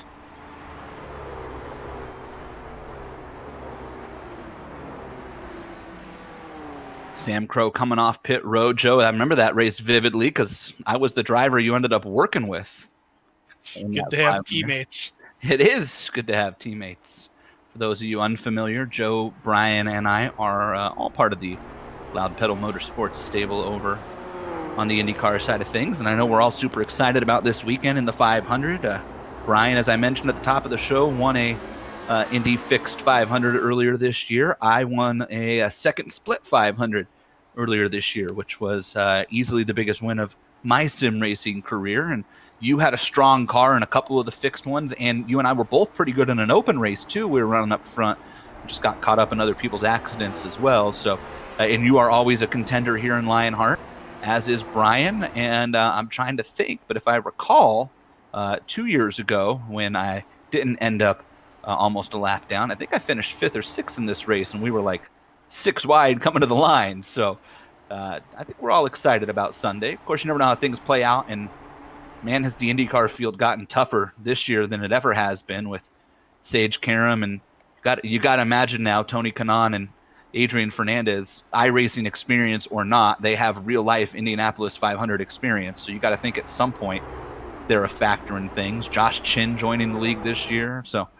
there's going to be some serious contenders on Sunday. I think I ran through the field, Joe, the other day, and I thought I counted 15 or 16 drivers where if you said, hey, this driver won the Indy 500, I'd go, yeah, sounds right. It'd be no surprise. At least that amount. And I think the whole unknown going into this race is going to be it's our first oval with the customizable in-car controls, the weight jacker and the ARB and the fuel mapping. And whoever took the time to practice that, and we got some practice races coming up still, it's going to be really interesting, and whoever can learn how to adapt to the new way the cars work, those are the guys who are going to be the ones to watch. And the Lionheart series is a fixed setup series, but for those of you who are not familiar with what Joe's talking about here, you're new to Lionheart or iRacing or fixed setup racing, historically, fixed setup has meant a fixed setup. It means you couldn't touch anything but brake bias on the car. Why was brake bias left open? Well, everybody runs different pedals, right? Some people run a load cell. Some people run hydraulic brakes. Some people run spring pedal brakes. So you need to have the brake bias adjustable because everybody's braking foot is different and because the pedals are all different. iRacing recently, the last build a month ago now, allowed for fixed setup IndyCar racing, but have kept the driver controls in the car. So weight jacker on ovals, obviously, it's not a road course setting, and then the front and rear roll bars and the fuel mixture are now all adjustable. And as we all learned Tuesday night in our practice race, I think all of those things are going to play a very big role come Sunday and the HyperX Indy 500. Pace car is peeling off here. We're on lap 77, coming to lap 78. George Sandman with the HPP machine is on the loud pedal to bring us back to the green flag. It's Sandman, Mike Rasmus, Mark Cohn, Adrian Fernandez, Ricky Harden into the top 5 with Ryan Otis and Trevor Malone, Dustin Wardlow, Chris Reagan, and David Clymer. If you're wondering where the cars are that had to pit right before that caution, starts in 15th with Sage Karam. Ryan Corns, Little Train, Jason Bossi, and Adam Young are right there as well. There were a handful of cars that pit, so they all know they're good to go at this point. The question marks, I guess, in theory, starting 13th with Tom Dreiling, although, again, I feel pretty confident that that caution is going to allow everybody to make it to the end. And I also feel fairly confident that on lap 78, we might not be done with the dirty laundry. James Paulson just got a connection warning, and Mark Cohn just took the race lead from George Sandman. He tried to bring Adrian Fernandez with him. Fernandez and Rasmus race wheel to wheel up off of turn 2. Rasmus on that outside line is going to get the run. Really seems like if you can make the outside line work in turn 2, that might be the way to go, but it's very hard to make it work, Joe. Yeah, I've seen a lot of guys struggle on the outside, one being Trevor Malone. He seems to lose a lot of spots when he gets stuck on the outside. Not as bad in 3. I think you can get in the gas a little sooner and get that run. But turn 2, I think the inside's the way to go. Just want to update our viewers who are wondering maybe where my normal cohort, Brian Yazik, went. It appears that the banker might have forgot to fill the change jar with the internet provider. Just kidding, Brian. But it does seem like there's an internet issue in northern Michigan right now. So Brian has stepped away while they're trying to get that sorted out. And Big Joe and I will take you to the end if we need to. I guess that means I get a promotion. Sounds like it. We're going to need Sean to step away from directing duties here and build me a new graphic for the end of this one. Adrian Fernandez just wrecked the field. And I don't mean that in a bad way, but I mean he just wrecked the whole field. Wow. That was massive.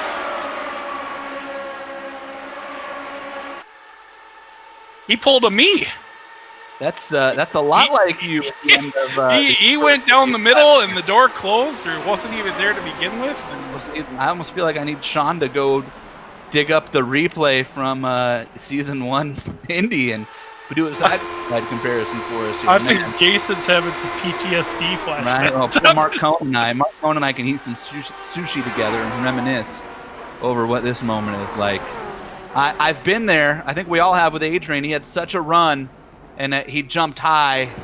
And this car does not like moves like that, Joe. And I think that's what happened. Is Adrian made a move, and it started dancing. And when he recovered right into Mark Cohn. And boy, let me tell you, poor George Sandman just got like net coated from Mark from behind and made that entire wreck significantly bigger than it probably already was going to be. I'm trying to see who got through that okay.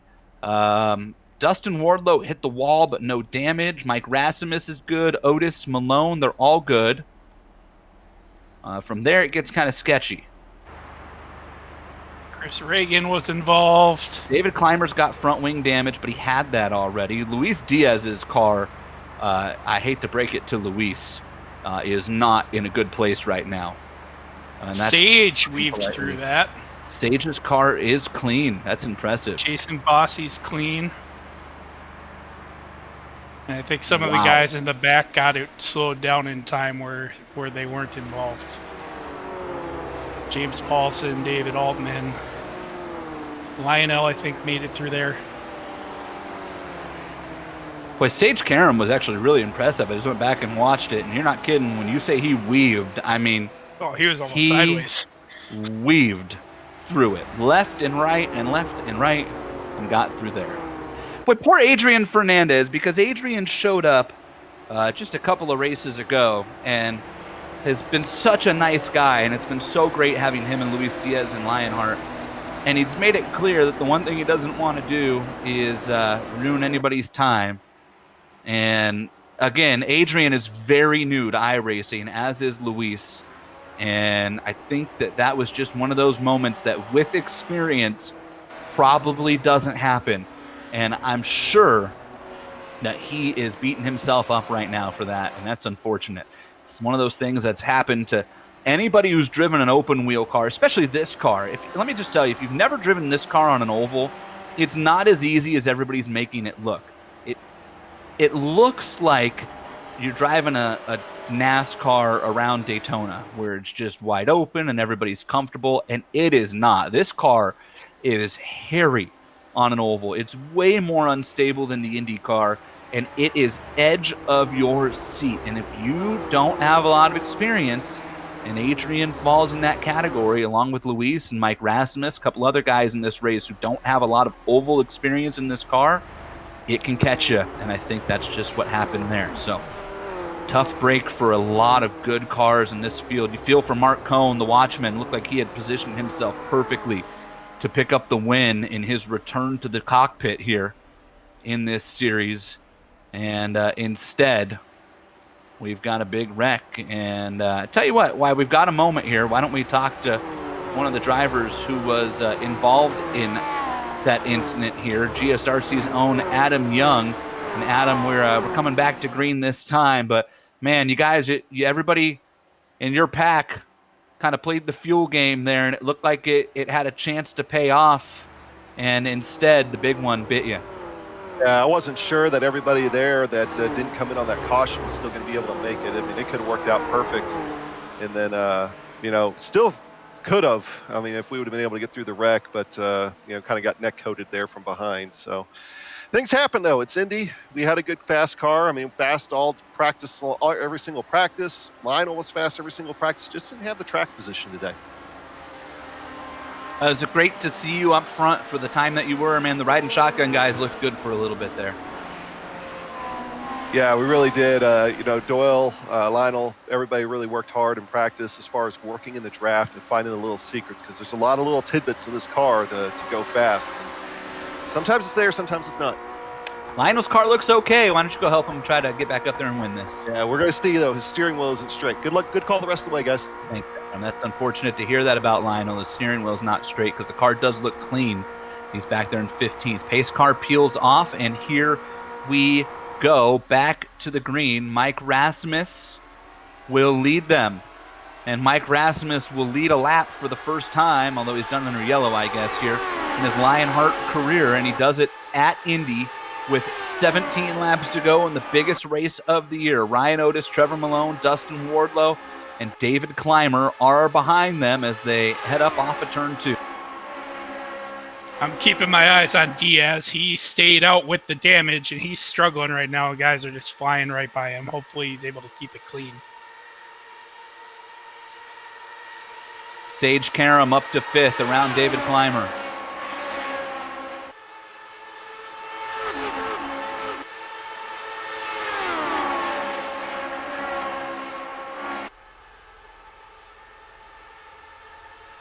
It's going to be interesting to see, can these first 3 cars, they've already got a little bit of a gap to Wardlow and Karam. They do, and these cars are not very draft sensitive. It is hard with the aerodynamics to pull up. I think Dustin's hanging on, but it's by a thread.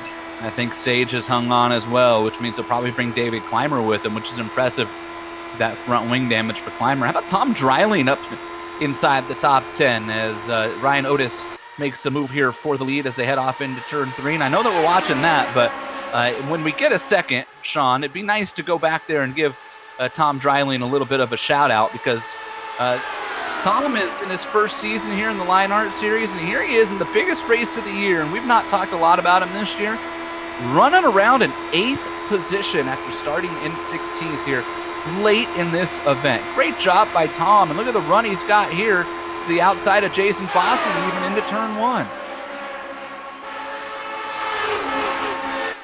Always love it when you see new names pop up here at the front of the pack in the Lionheart Series.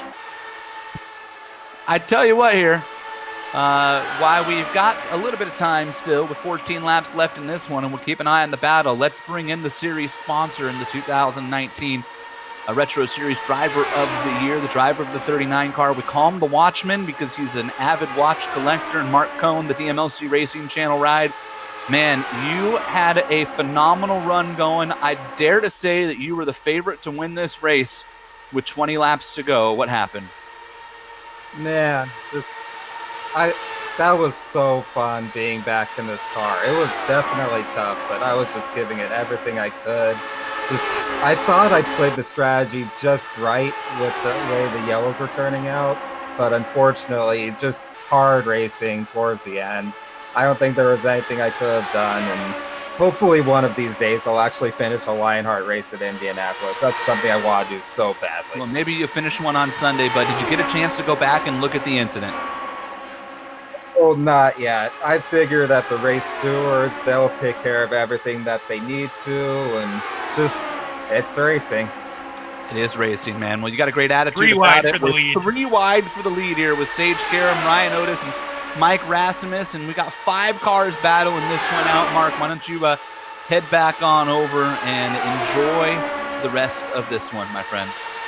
Thank you so much, guys. Can't say enough about all you guys at GSRC. Mark Cohn, the Watchman. We got a 6-car battle for the lead, in fact, right now. I was cutting David Clymer out of it unfairly to him. So it's Clymer, Wardlow, Malone, Rasmus, Otis, and Sage Karam. And if we go green to the end, one of these 6 drivers is going to win at the Indianapolis Motor Speedway in the Lionheart Series. If it's Dustin Wardlow, it'll be for the 2nd time in his career. 12 laps to go. Dustin's had a good run. He fought some adversity after having the issue with the qualifying, and he's gotten some luck and got through that big wreck, and now he finds himself with a chance to win. Well, I got to tell you what's going to be interesting to watch here. Ryan Otis, your leader, but Sage Karam in 2nd with Trevor Malone and Mike Rasmus behind them. Because, look, we know David Clymer, pretty conservative driver. Dustin Wardlow is incredibly fast and a multi-time race winner in this series, but he's also not one to do something that, you know, is kind of crazy. Mike Rasmus is the huge unknown. Nobody in this series has ever raced him on an oval. Trevor Malone is a, as Brian would say, we're either parking it in victory lane or we're carrying the steering wheel home guy. And that's not a knock on Trevor. That's just who he is. He is hyper aggressive and hyper fast. And Ryan Otis and Sage Karam are, I think, probably unquestionably the 2 best drivers in this series. The stats would back that up. But neither one of them are going to give up anything. And Trevor Malone is lurking behind them right now. And I know Trevor Malone wants to win a race in this series so bad. He was the pole sitter in the inaugural race in season 1 at Homestead. He really thought he had that race won. Things didn't break his way. He ended up not taking home the checkers. He dropped out of the series shortly after that and made a return this year. And this is his chance to make a statement as they battle to end. Will Trevor make it 3 wide for the lead? He's thinking.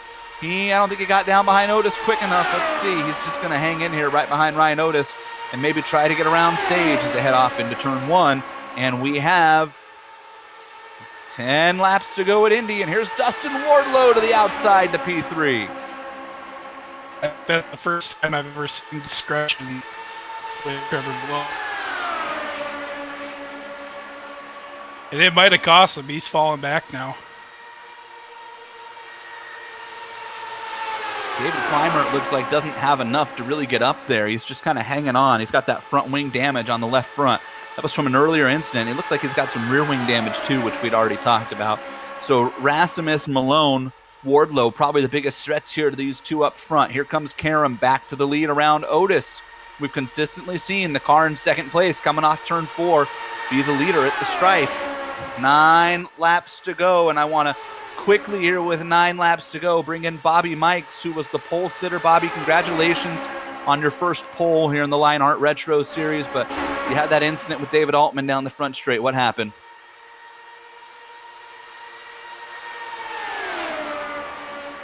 I think we might have lost Bobby Mikes. We'll try to catch up with him later if we get a chance here.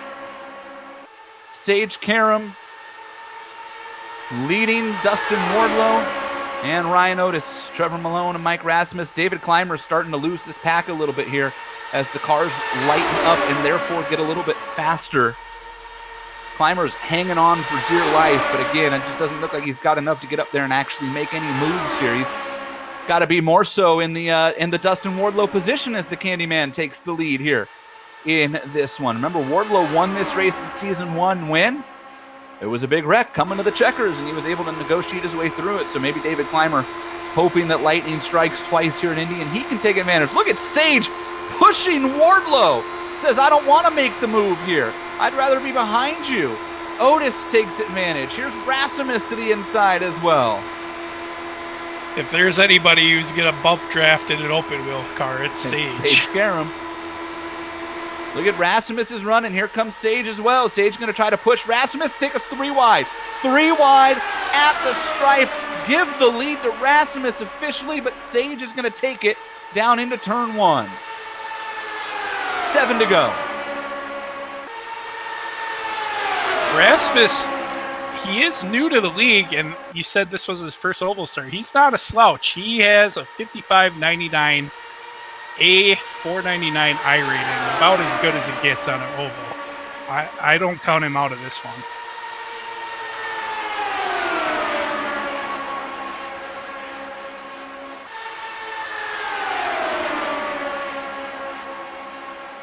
I think strategy-wise, though, I think second or third place is the spot to be coming out of turn 3 on the final lap.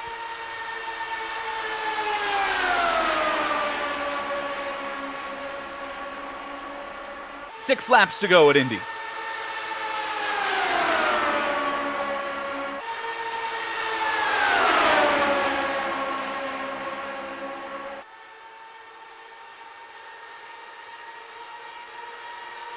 Still on board with David Clymer in the 6th position. It's about all he's got, Joe. Yeah, that wing damage is just kind of proven that he's just struggling to hang on. Got At the this double point- whammy right now, too. It's just the front wing has got to be hurting him in the corners, and the rear wing's not helping the straightaway speed.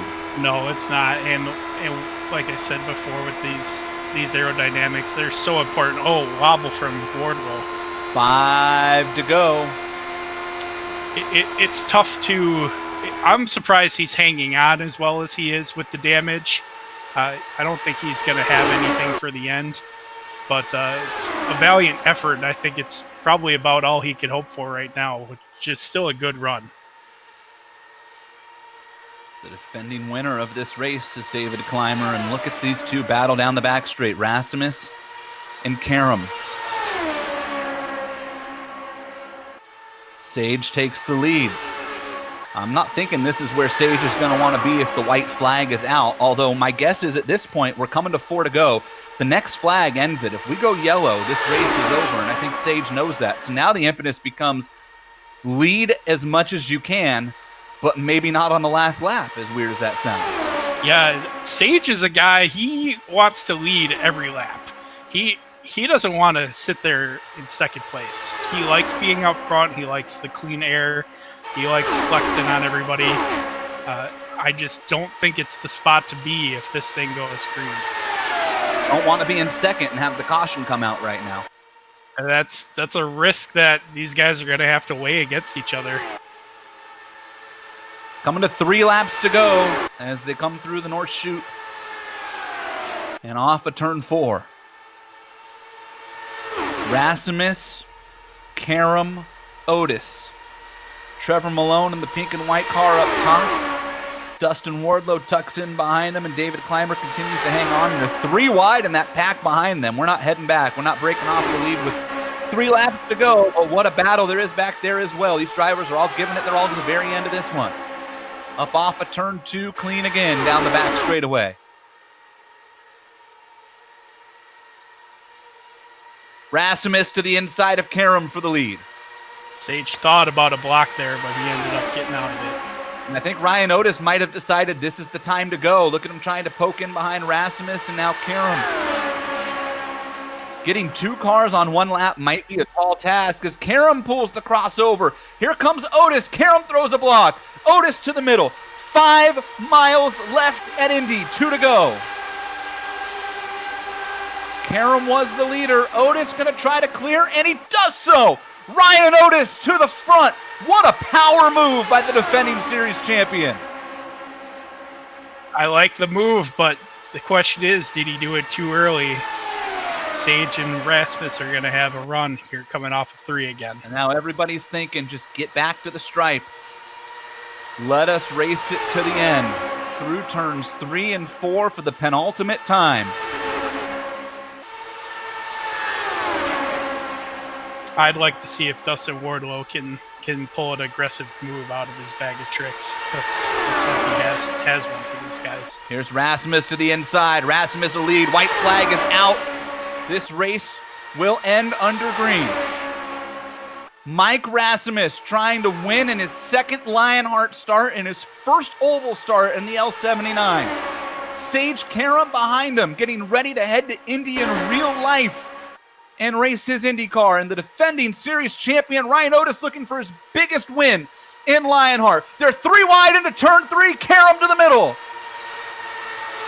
Otis gonna try to make it stick, and he does for now. Rasmus defending low. Here comes Wardlow. Malone's going to have the run of a lifetime. It's like the Freedom 100 all over again. Karam to the inside. Here's Malone. He hits the wall. Karam down low. Rasmus. Otis. It's Sage Karam.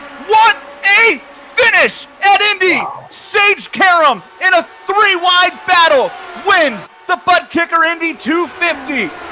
Holy cow. That's such a great battle. Hats off to Mike there, but I think it being his first start, he might not have taken into calculation that you really need to get the draft there on that front stretch. Sage Karam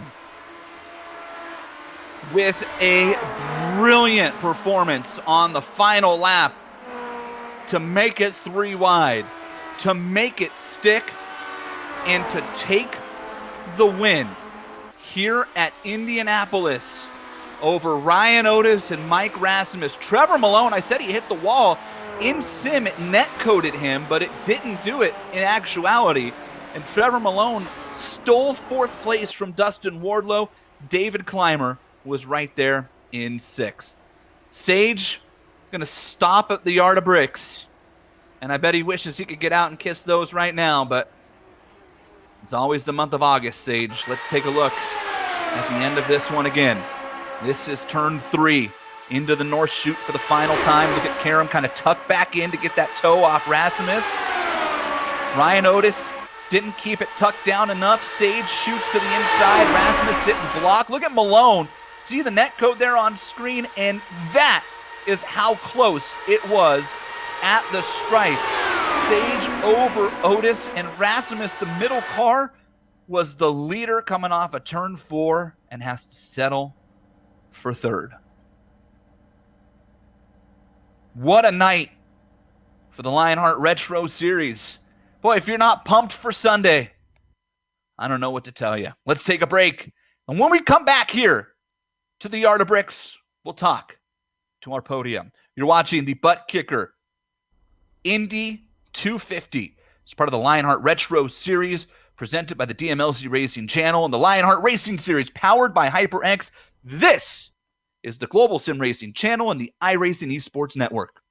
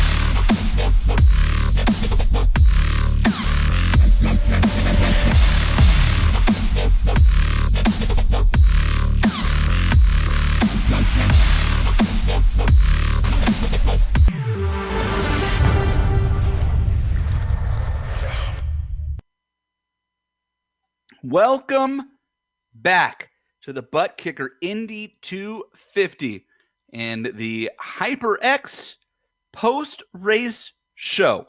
The Lionheart Racing Series is powered by HyperX. When you're trying to claw your way to the top of the podium, it pays to have an ultra-comfortable, high-quality headset that gives you the audio information you need to grab the checkered flag.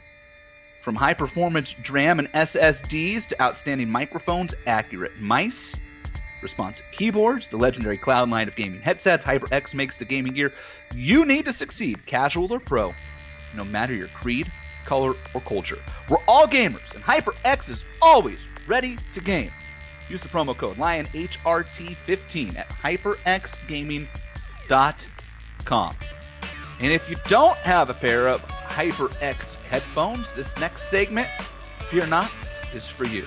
Because we're going to put the Turn Racing finishing order up on the screen. Turn Racing is merging the gap between real and sim racing. Use the promo code Lionheart10 at turnracing.com. We lost my co-com, Brian Yazik, there from a internet outage in the middle of this race. And Joe Hassert was nice enough to step in and help us out here. So, Joe, I'm going to call on you to help us roll through the Turn Racing results here. I'll take the first 10, and it's Sage Karam by 26 thousandths of a second. Sage Karam takes the win. Ladies and gentlemen, that is only the 5th closest finish in Lionheart Retro Series history, if you can believe that. Ryan Otis is 2nd, Mike Rasmus is 3rd, Trevor Malone and Dustin Wardlow, your top 5. David Clymer, Little Train, Lima Callisto, Jason Bossy, David Altman, Tom Dreiling. Tip of the hat to you, Tom Dreiling. We checked in on you late in the race. A whale of a finish in the top 10. Joe, why don't you run us through the next 10 here? Sure thing. We got Sam Crow in 11th, Travis Jageliner 12th, Tommy Ryan with a good run in 13th, and then we run into some guys who had some hard luck. James Paulson 14th, Luis Diaz 15th, Ricky Hart at 16th, Adam Young, Adrian Fernandez, Chris Reagan, and George Sandman round out the top 20. Take you on back here to 21st, Ryan Corns, Mark Cohn, Jake Wright, Bobby Mike's your pole sitter for the first time, but he wrecks out in 24th, Finian DeCunha, Dean Mardi Gras Mall, Aaron Morgan, Doyle Lawrence, Paul Jenkins, and Tyler Graff. And rounding out the field here tonight, Tyson Landis, Bruno Miranda, Richie Hearn, George Anzaldo, Michael Gray, and poor Mike Rigney with those internet issues had to park this one awfully early. Well, let's head on over to Victory Lane and the Sim Experience Victory Lane. Sim Experience AccuForce steering system is the most advanced tuning features on the market. The AccuForce Direct Drive is second only to the Real Thing. To check out the entire Sim Experience line of products, head on over to simexperience.com. Sage Karam. Sage, you have been nothing short of dominant in your career in this car. 11 wins in 23 starts now. But that, my friend, was nothing like your first 10. What type of flashbacks were you having to the Freedom 100 as you were thinking about how you were going to set up that win over the final few laps?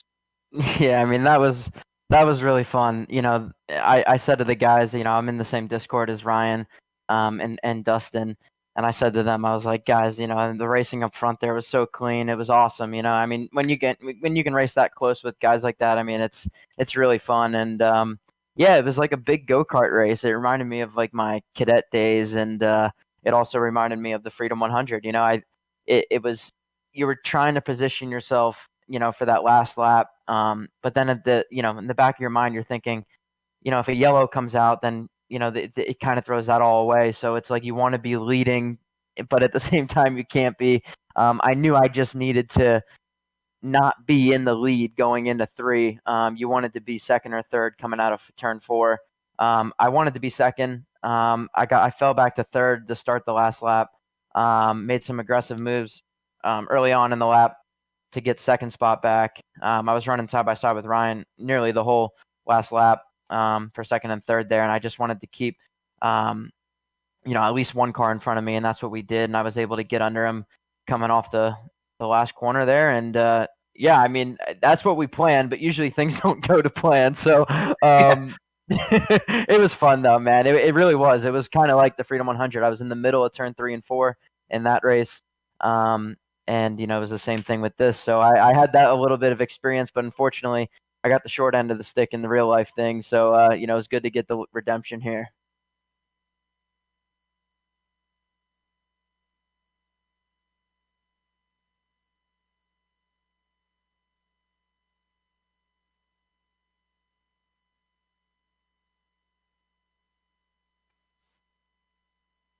Sage, Joe Hassard here.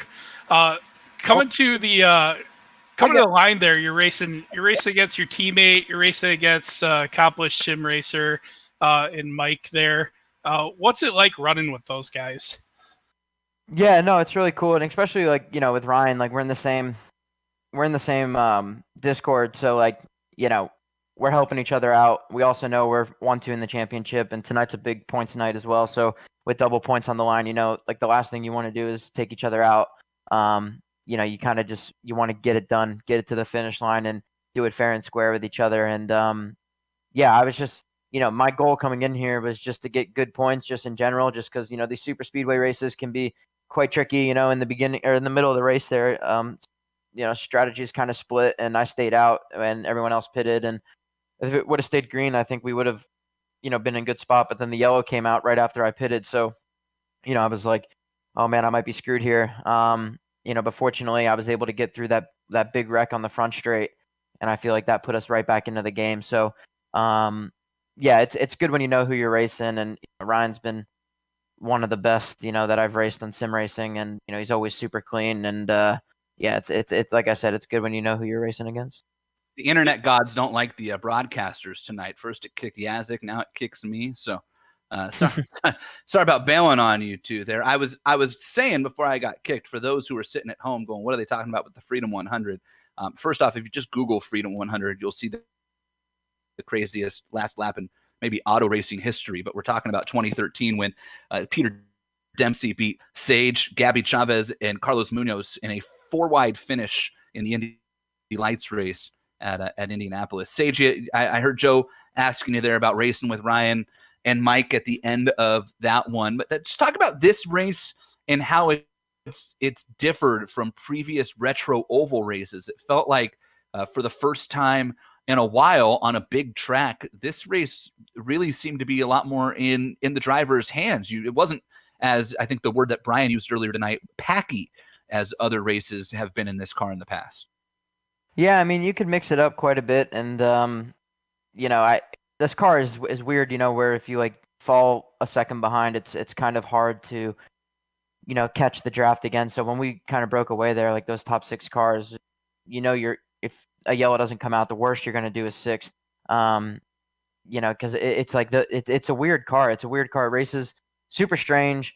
But at the same time, it races really fun. Like you can get really close to people and not lose an immense amount of grip.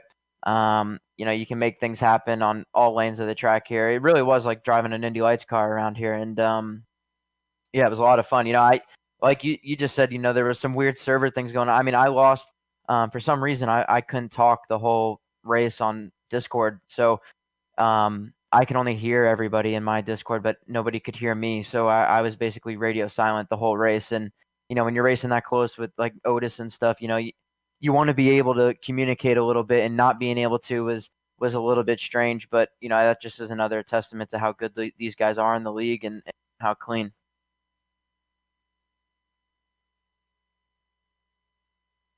All right. Well, thanks, Sage. Great finish there. And we'll chat at you again next time. Yeah, and also I just want to thank everybody at Lionheart, Kwanda, VRS, and HyperX. I think I got some cool stuff on the way after getting this win, so that's pretty cool. I am back again just in time to tell you about that stuff there. I don't know what's happened tonight, man. I tell you, I think Yazig and I both forgot to pay our internet bills here this week. Sage, I don't know if you know all of what's coming your way yet, but just so everybody out there knows, let's fill you in on all the stuff coming your way. You've got a custom plaque coming. It's not quite as cool as that Borg Warner trophy you're going to win in August, but it'll be second, I promise, okay? ButtKicker, Sim5 software, key from Sim Experience, a HyperX Fury RGB SSD 960 gigabyte basic, HyperX Alloy Elite RGB keyboard, HyperX Pulsefire Surge RGB gaming mouse, a HyperX Ultra gaming mouse pad, a pair of -273 gloves. Those are not SFI safe, but feel free to use them on your sim rig. Expo Designs Advanced Helmet Design, 100th Indy 500 DVD, IMS hat. You probably have a few of those. 2019 1/18 scale Indy 500 event diecast, 124 scale Dan Weldon National Guard diecast, a set of 2 Onyx Indy 143rd scale diecast, a hardcover book, 2 IMS shirts. I'm guessing you got a few of those as well, but you can never have too many. A 13 by 19 poster and 2 8.5 by 11 prints. I think you're set for a while, but if you turn around and do this again on Sunday, you're really going to be decked out. Yeah, I mean, that's just a big testament to the league, that is run here. Not only is it great racing and great fun, but, the prizes and everything make it that much cooler and sweeter. And, George does a great job putting it all together. And, to all the partners that are a part of the league, just can't thank them enough. It's great to be a part of it. And, I cherish these moments, and it's a lot of fun. So thank you guys. Congratulations, Sage. We all look forward to trying to give you a run for your money on Sunday as well. Yep, thank you guys. Sage Karam, your winner tonight. What a finish. Joe, why don't you talk to our defending series champion, Ryan Otis, who came home a close second. Ryan, really close finish there for you tonight. What was going through your head the last couple laps? Oh my gosh, that was amazing. That was great driving by all those guys to keep it clean there to the finish. So I did 2 of the practice races, and in both of the practice races, coming out of the last turn, it was either 2 wide or 3 wide, pretty similar to this. And in both of those races, the guy who came off 4 on the outside ended up beating everybody to the line. So that was my plan the whole time. And I did it. I came off 4 on the outside, but Sage got a better run and ended up winning anyway. So I kind of did what I had planned to do. I did what I intended to do, but and then ended up not being the right plan. So congrats to Sage for the win. That was great driving, and that was a lot of fun. Yeah, he got you there by 26,000th of a second, and you got Mike for second by 1,000th of a second. It doesn't get much closer than that. Oh yeah, I think that's about as close as it gets. Yeah, you qualified up front. And there was some pit strategy there towards the end of the race with some yellows coming out. What were you thinking there? I was sweating bullets there. So, I kind of just sort of took the gamble and decided to come in. And I knew that I was either going to have to do some ridiculous saving or we were going to need a couple of cautions. And, I was trying to save. I was trying not to sort of lead that second pack. And then everything just sort of got bottled up and things got crazy. And then we ended up getting a couple of cautions. So it worked out. At the end, I was about 3/4 of a lap to the good. So it ended up working out. And then obviously Sage on the other strategy ended up working out pretty well for him. So it kind of all came out in the wash. Right. We had the big one there, and I think one other wreck. You guys were able to get there on that fuel strategy. Anyone you'd like to thank tonight? Oh yeah, well first, I probably sound like a broken record, but I gotta thank George and HyperX and all the league admins and everybody that really just make this whole thing work. They've done a great job, and HyperX, being the sponsor here has been pretty awesome. They've been really great to us.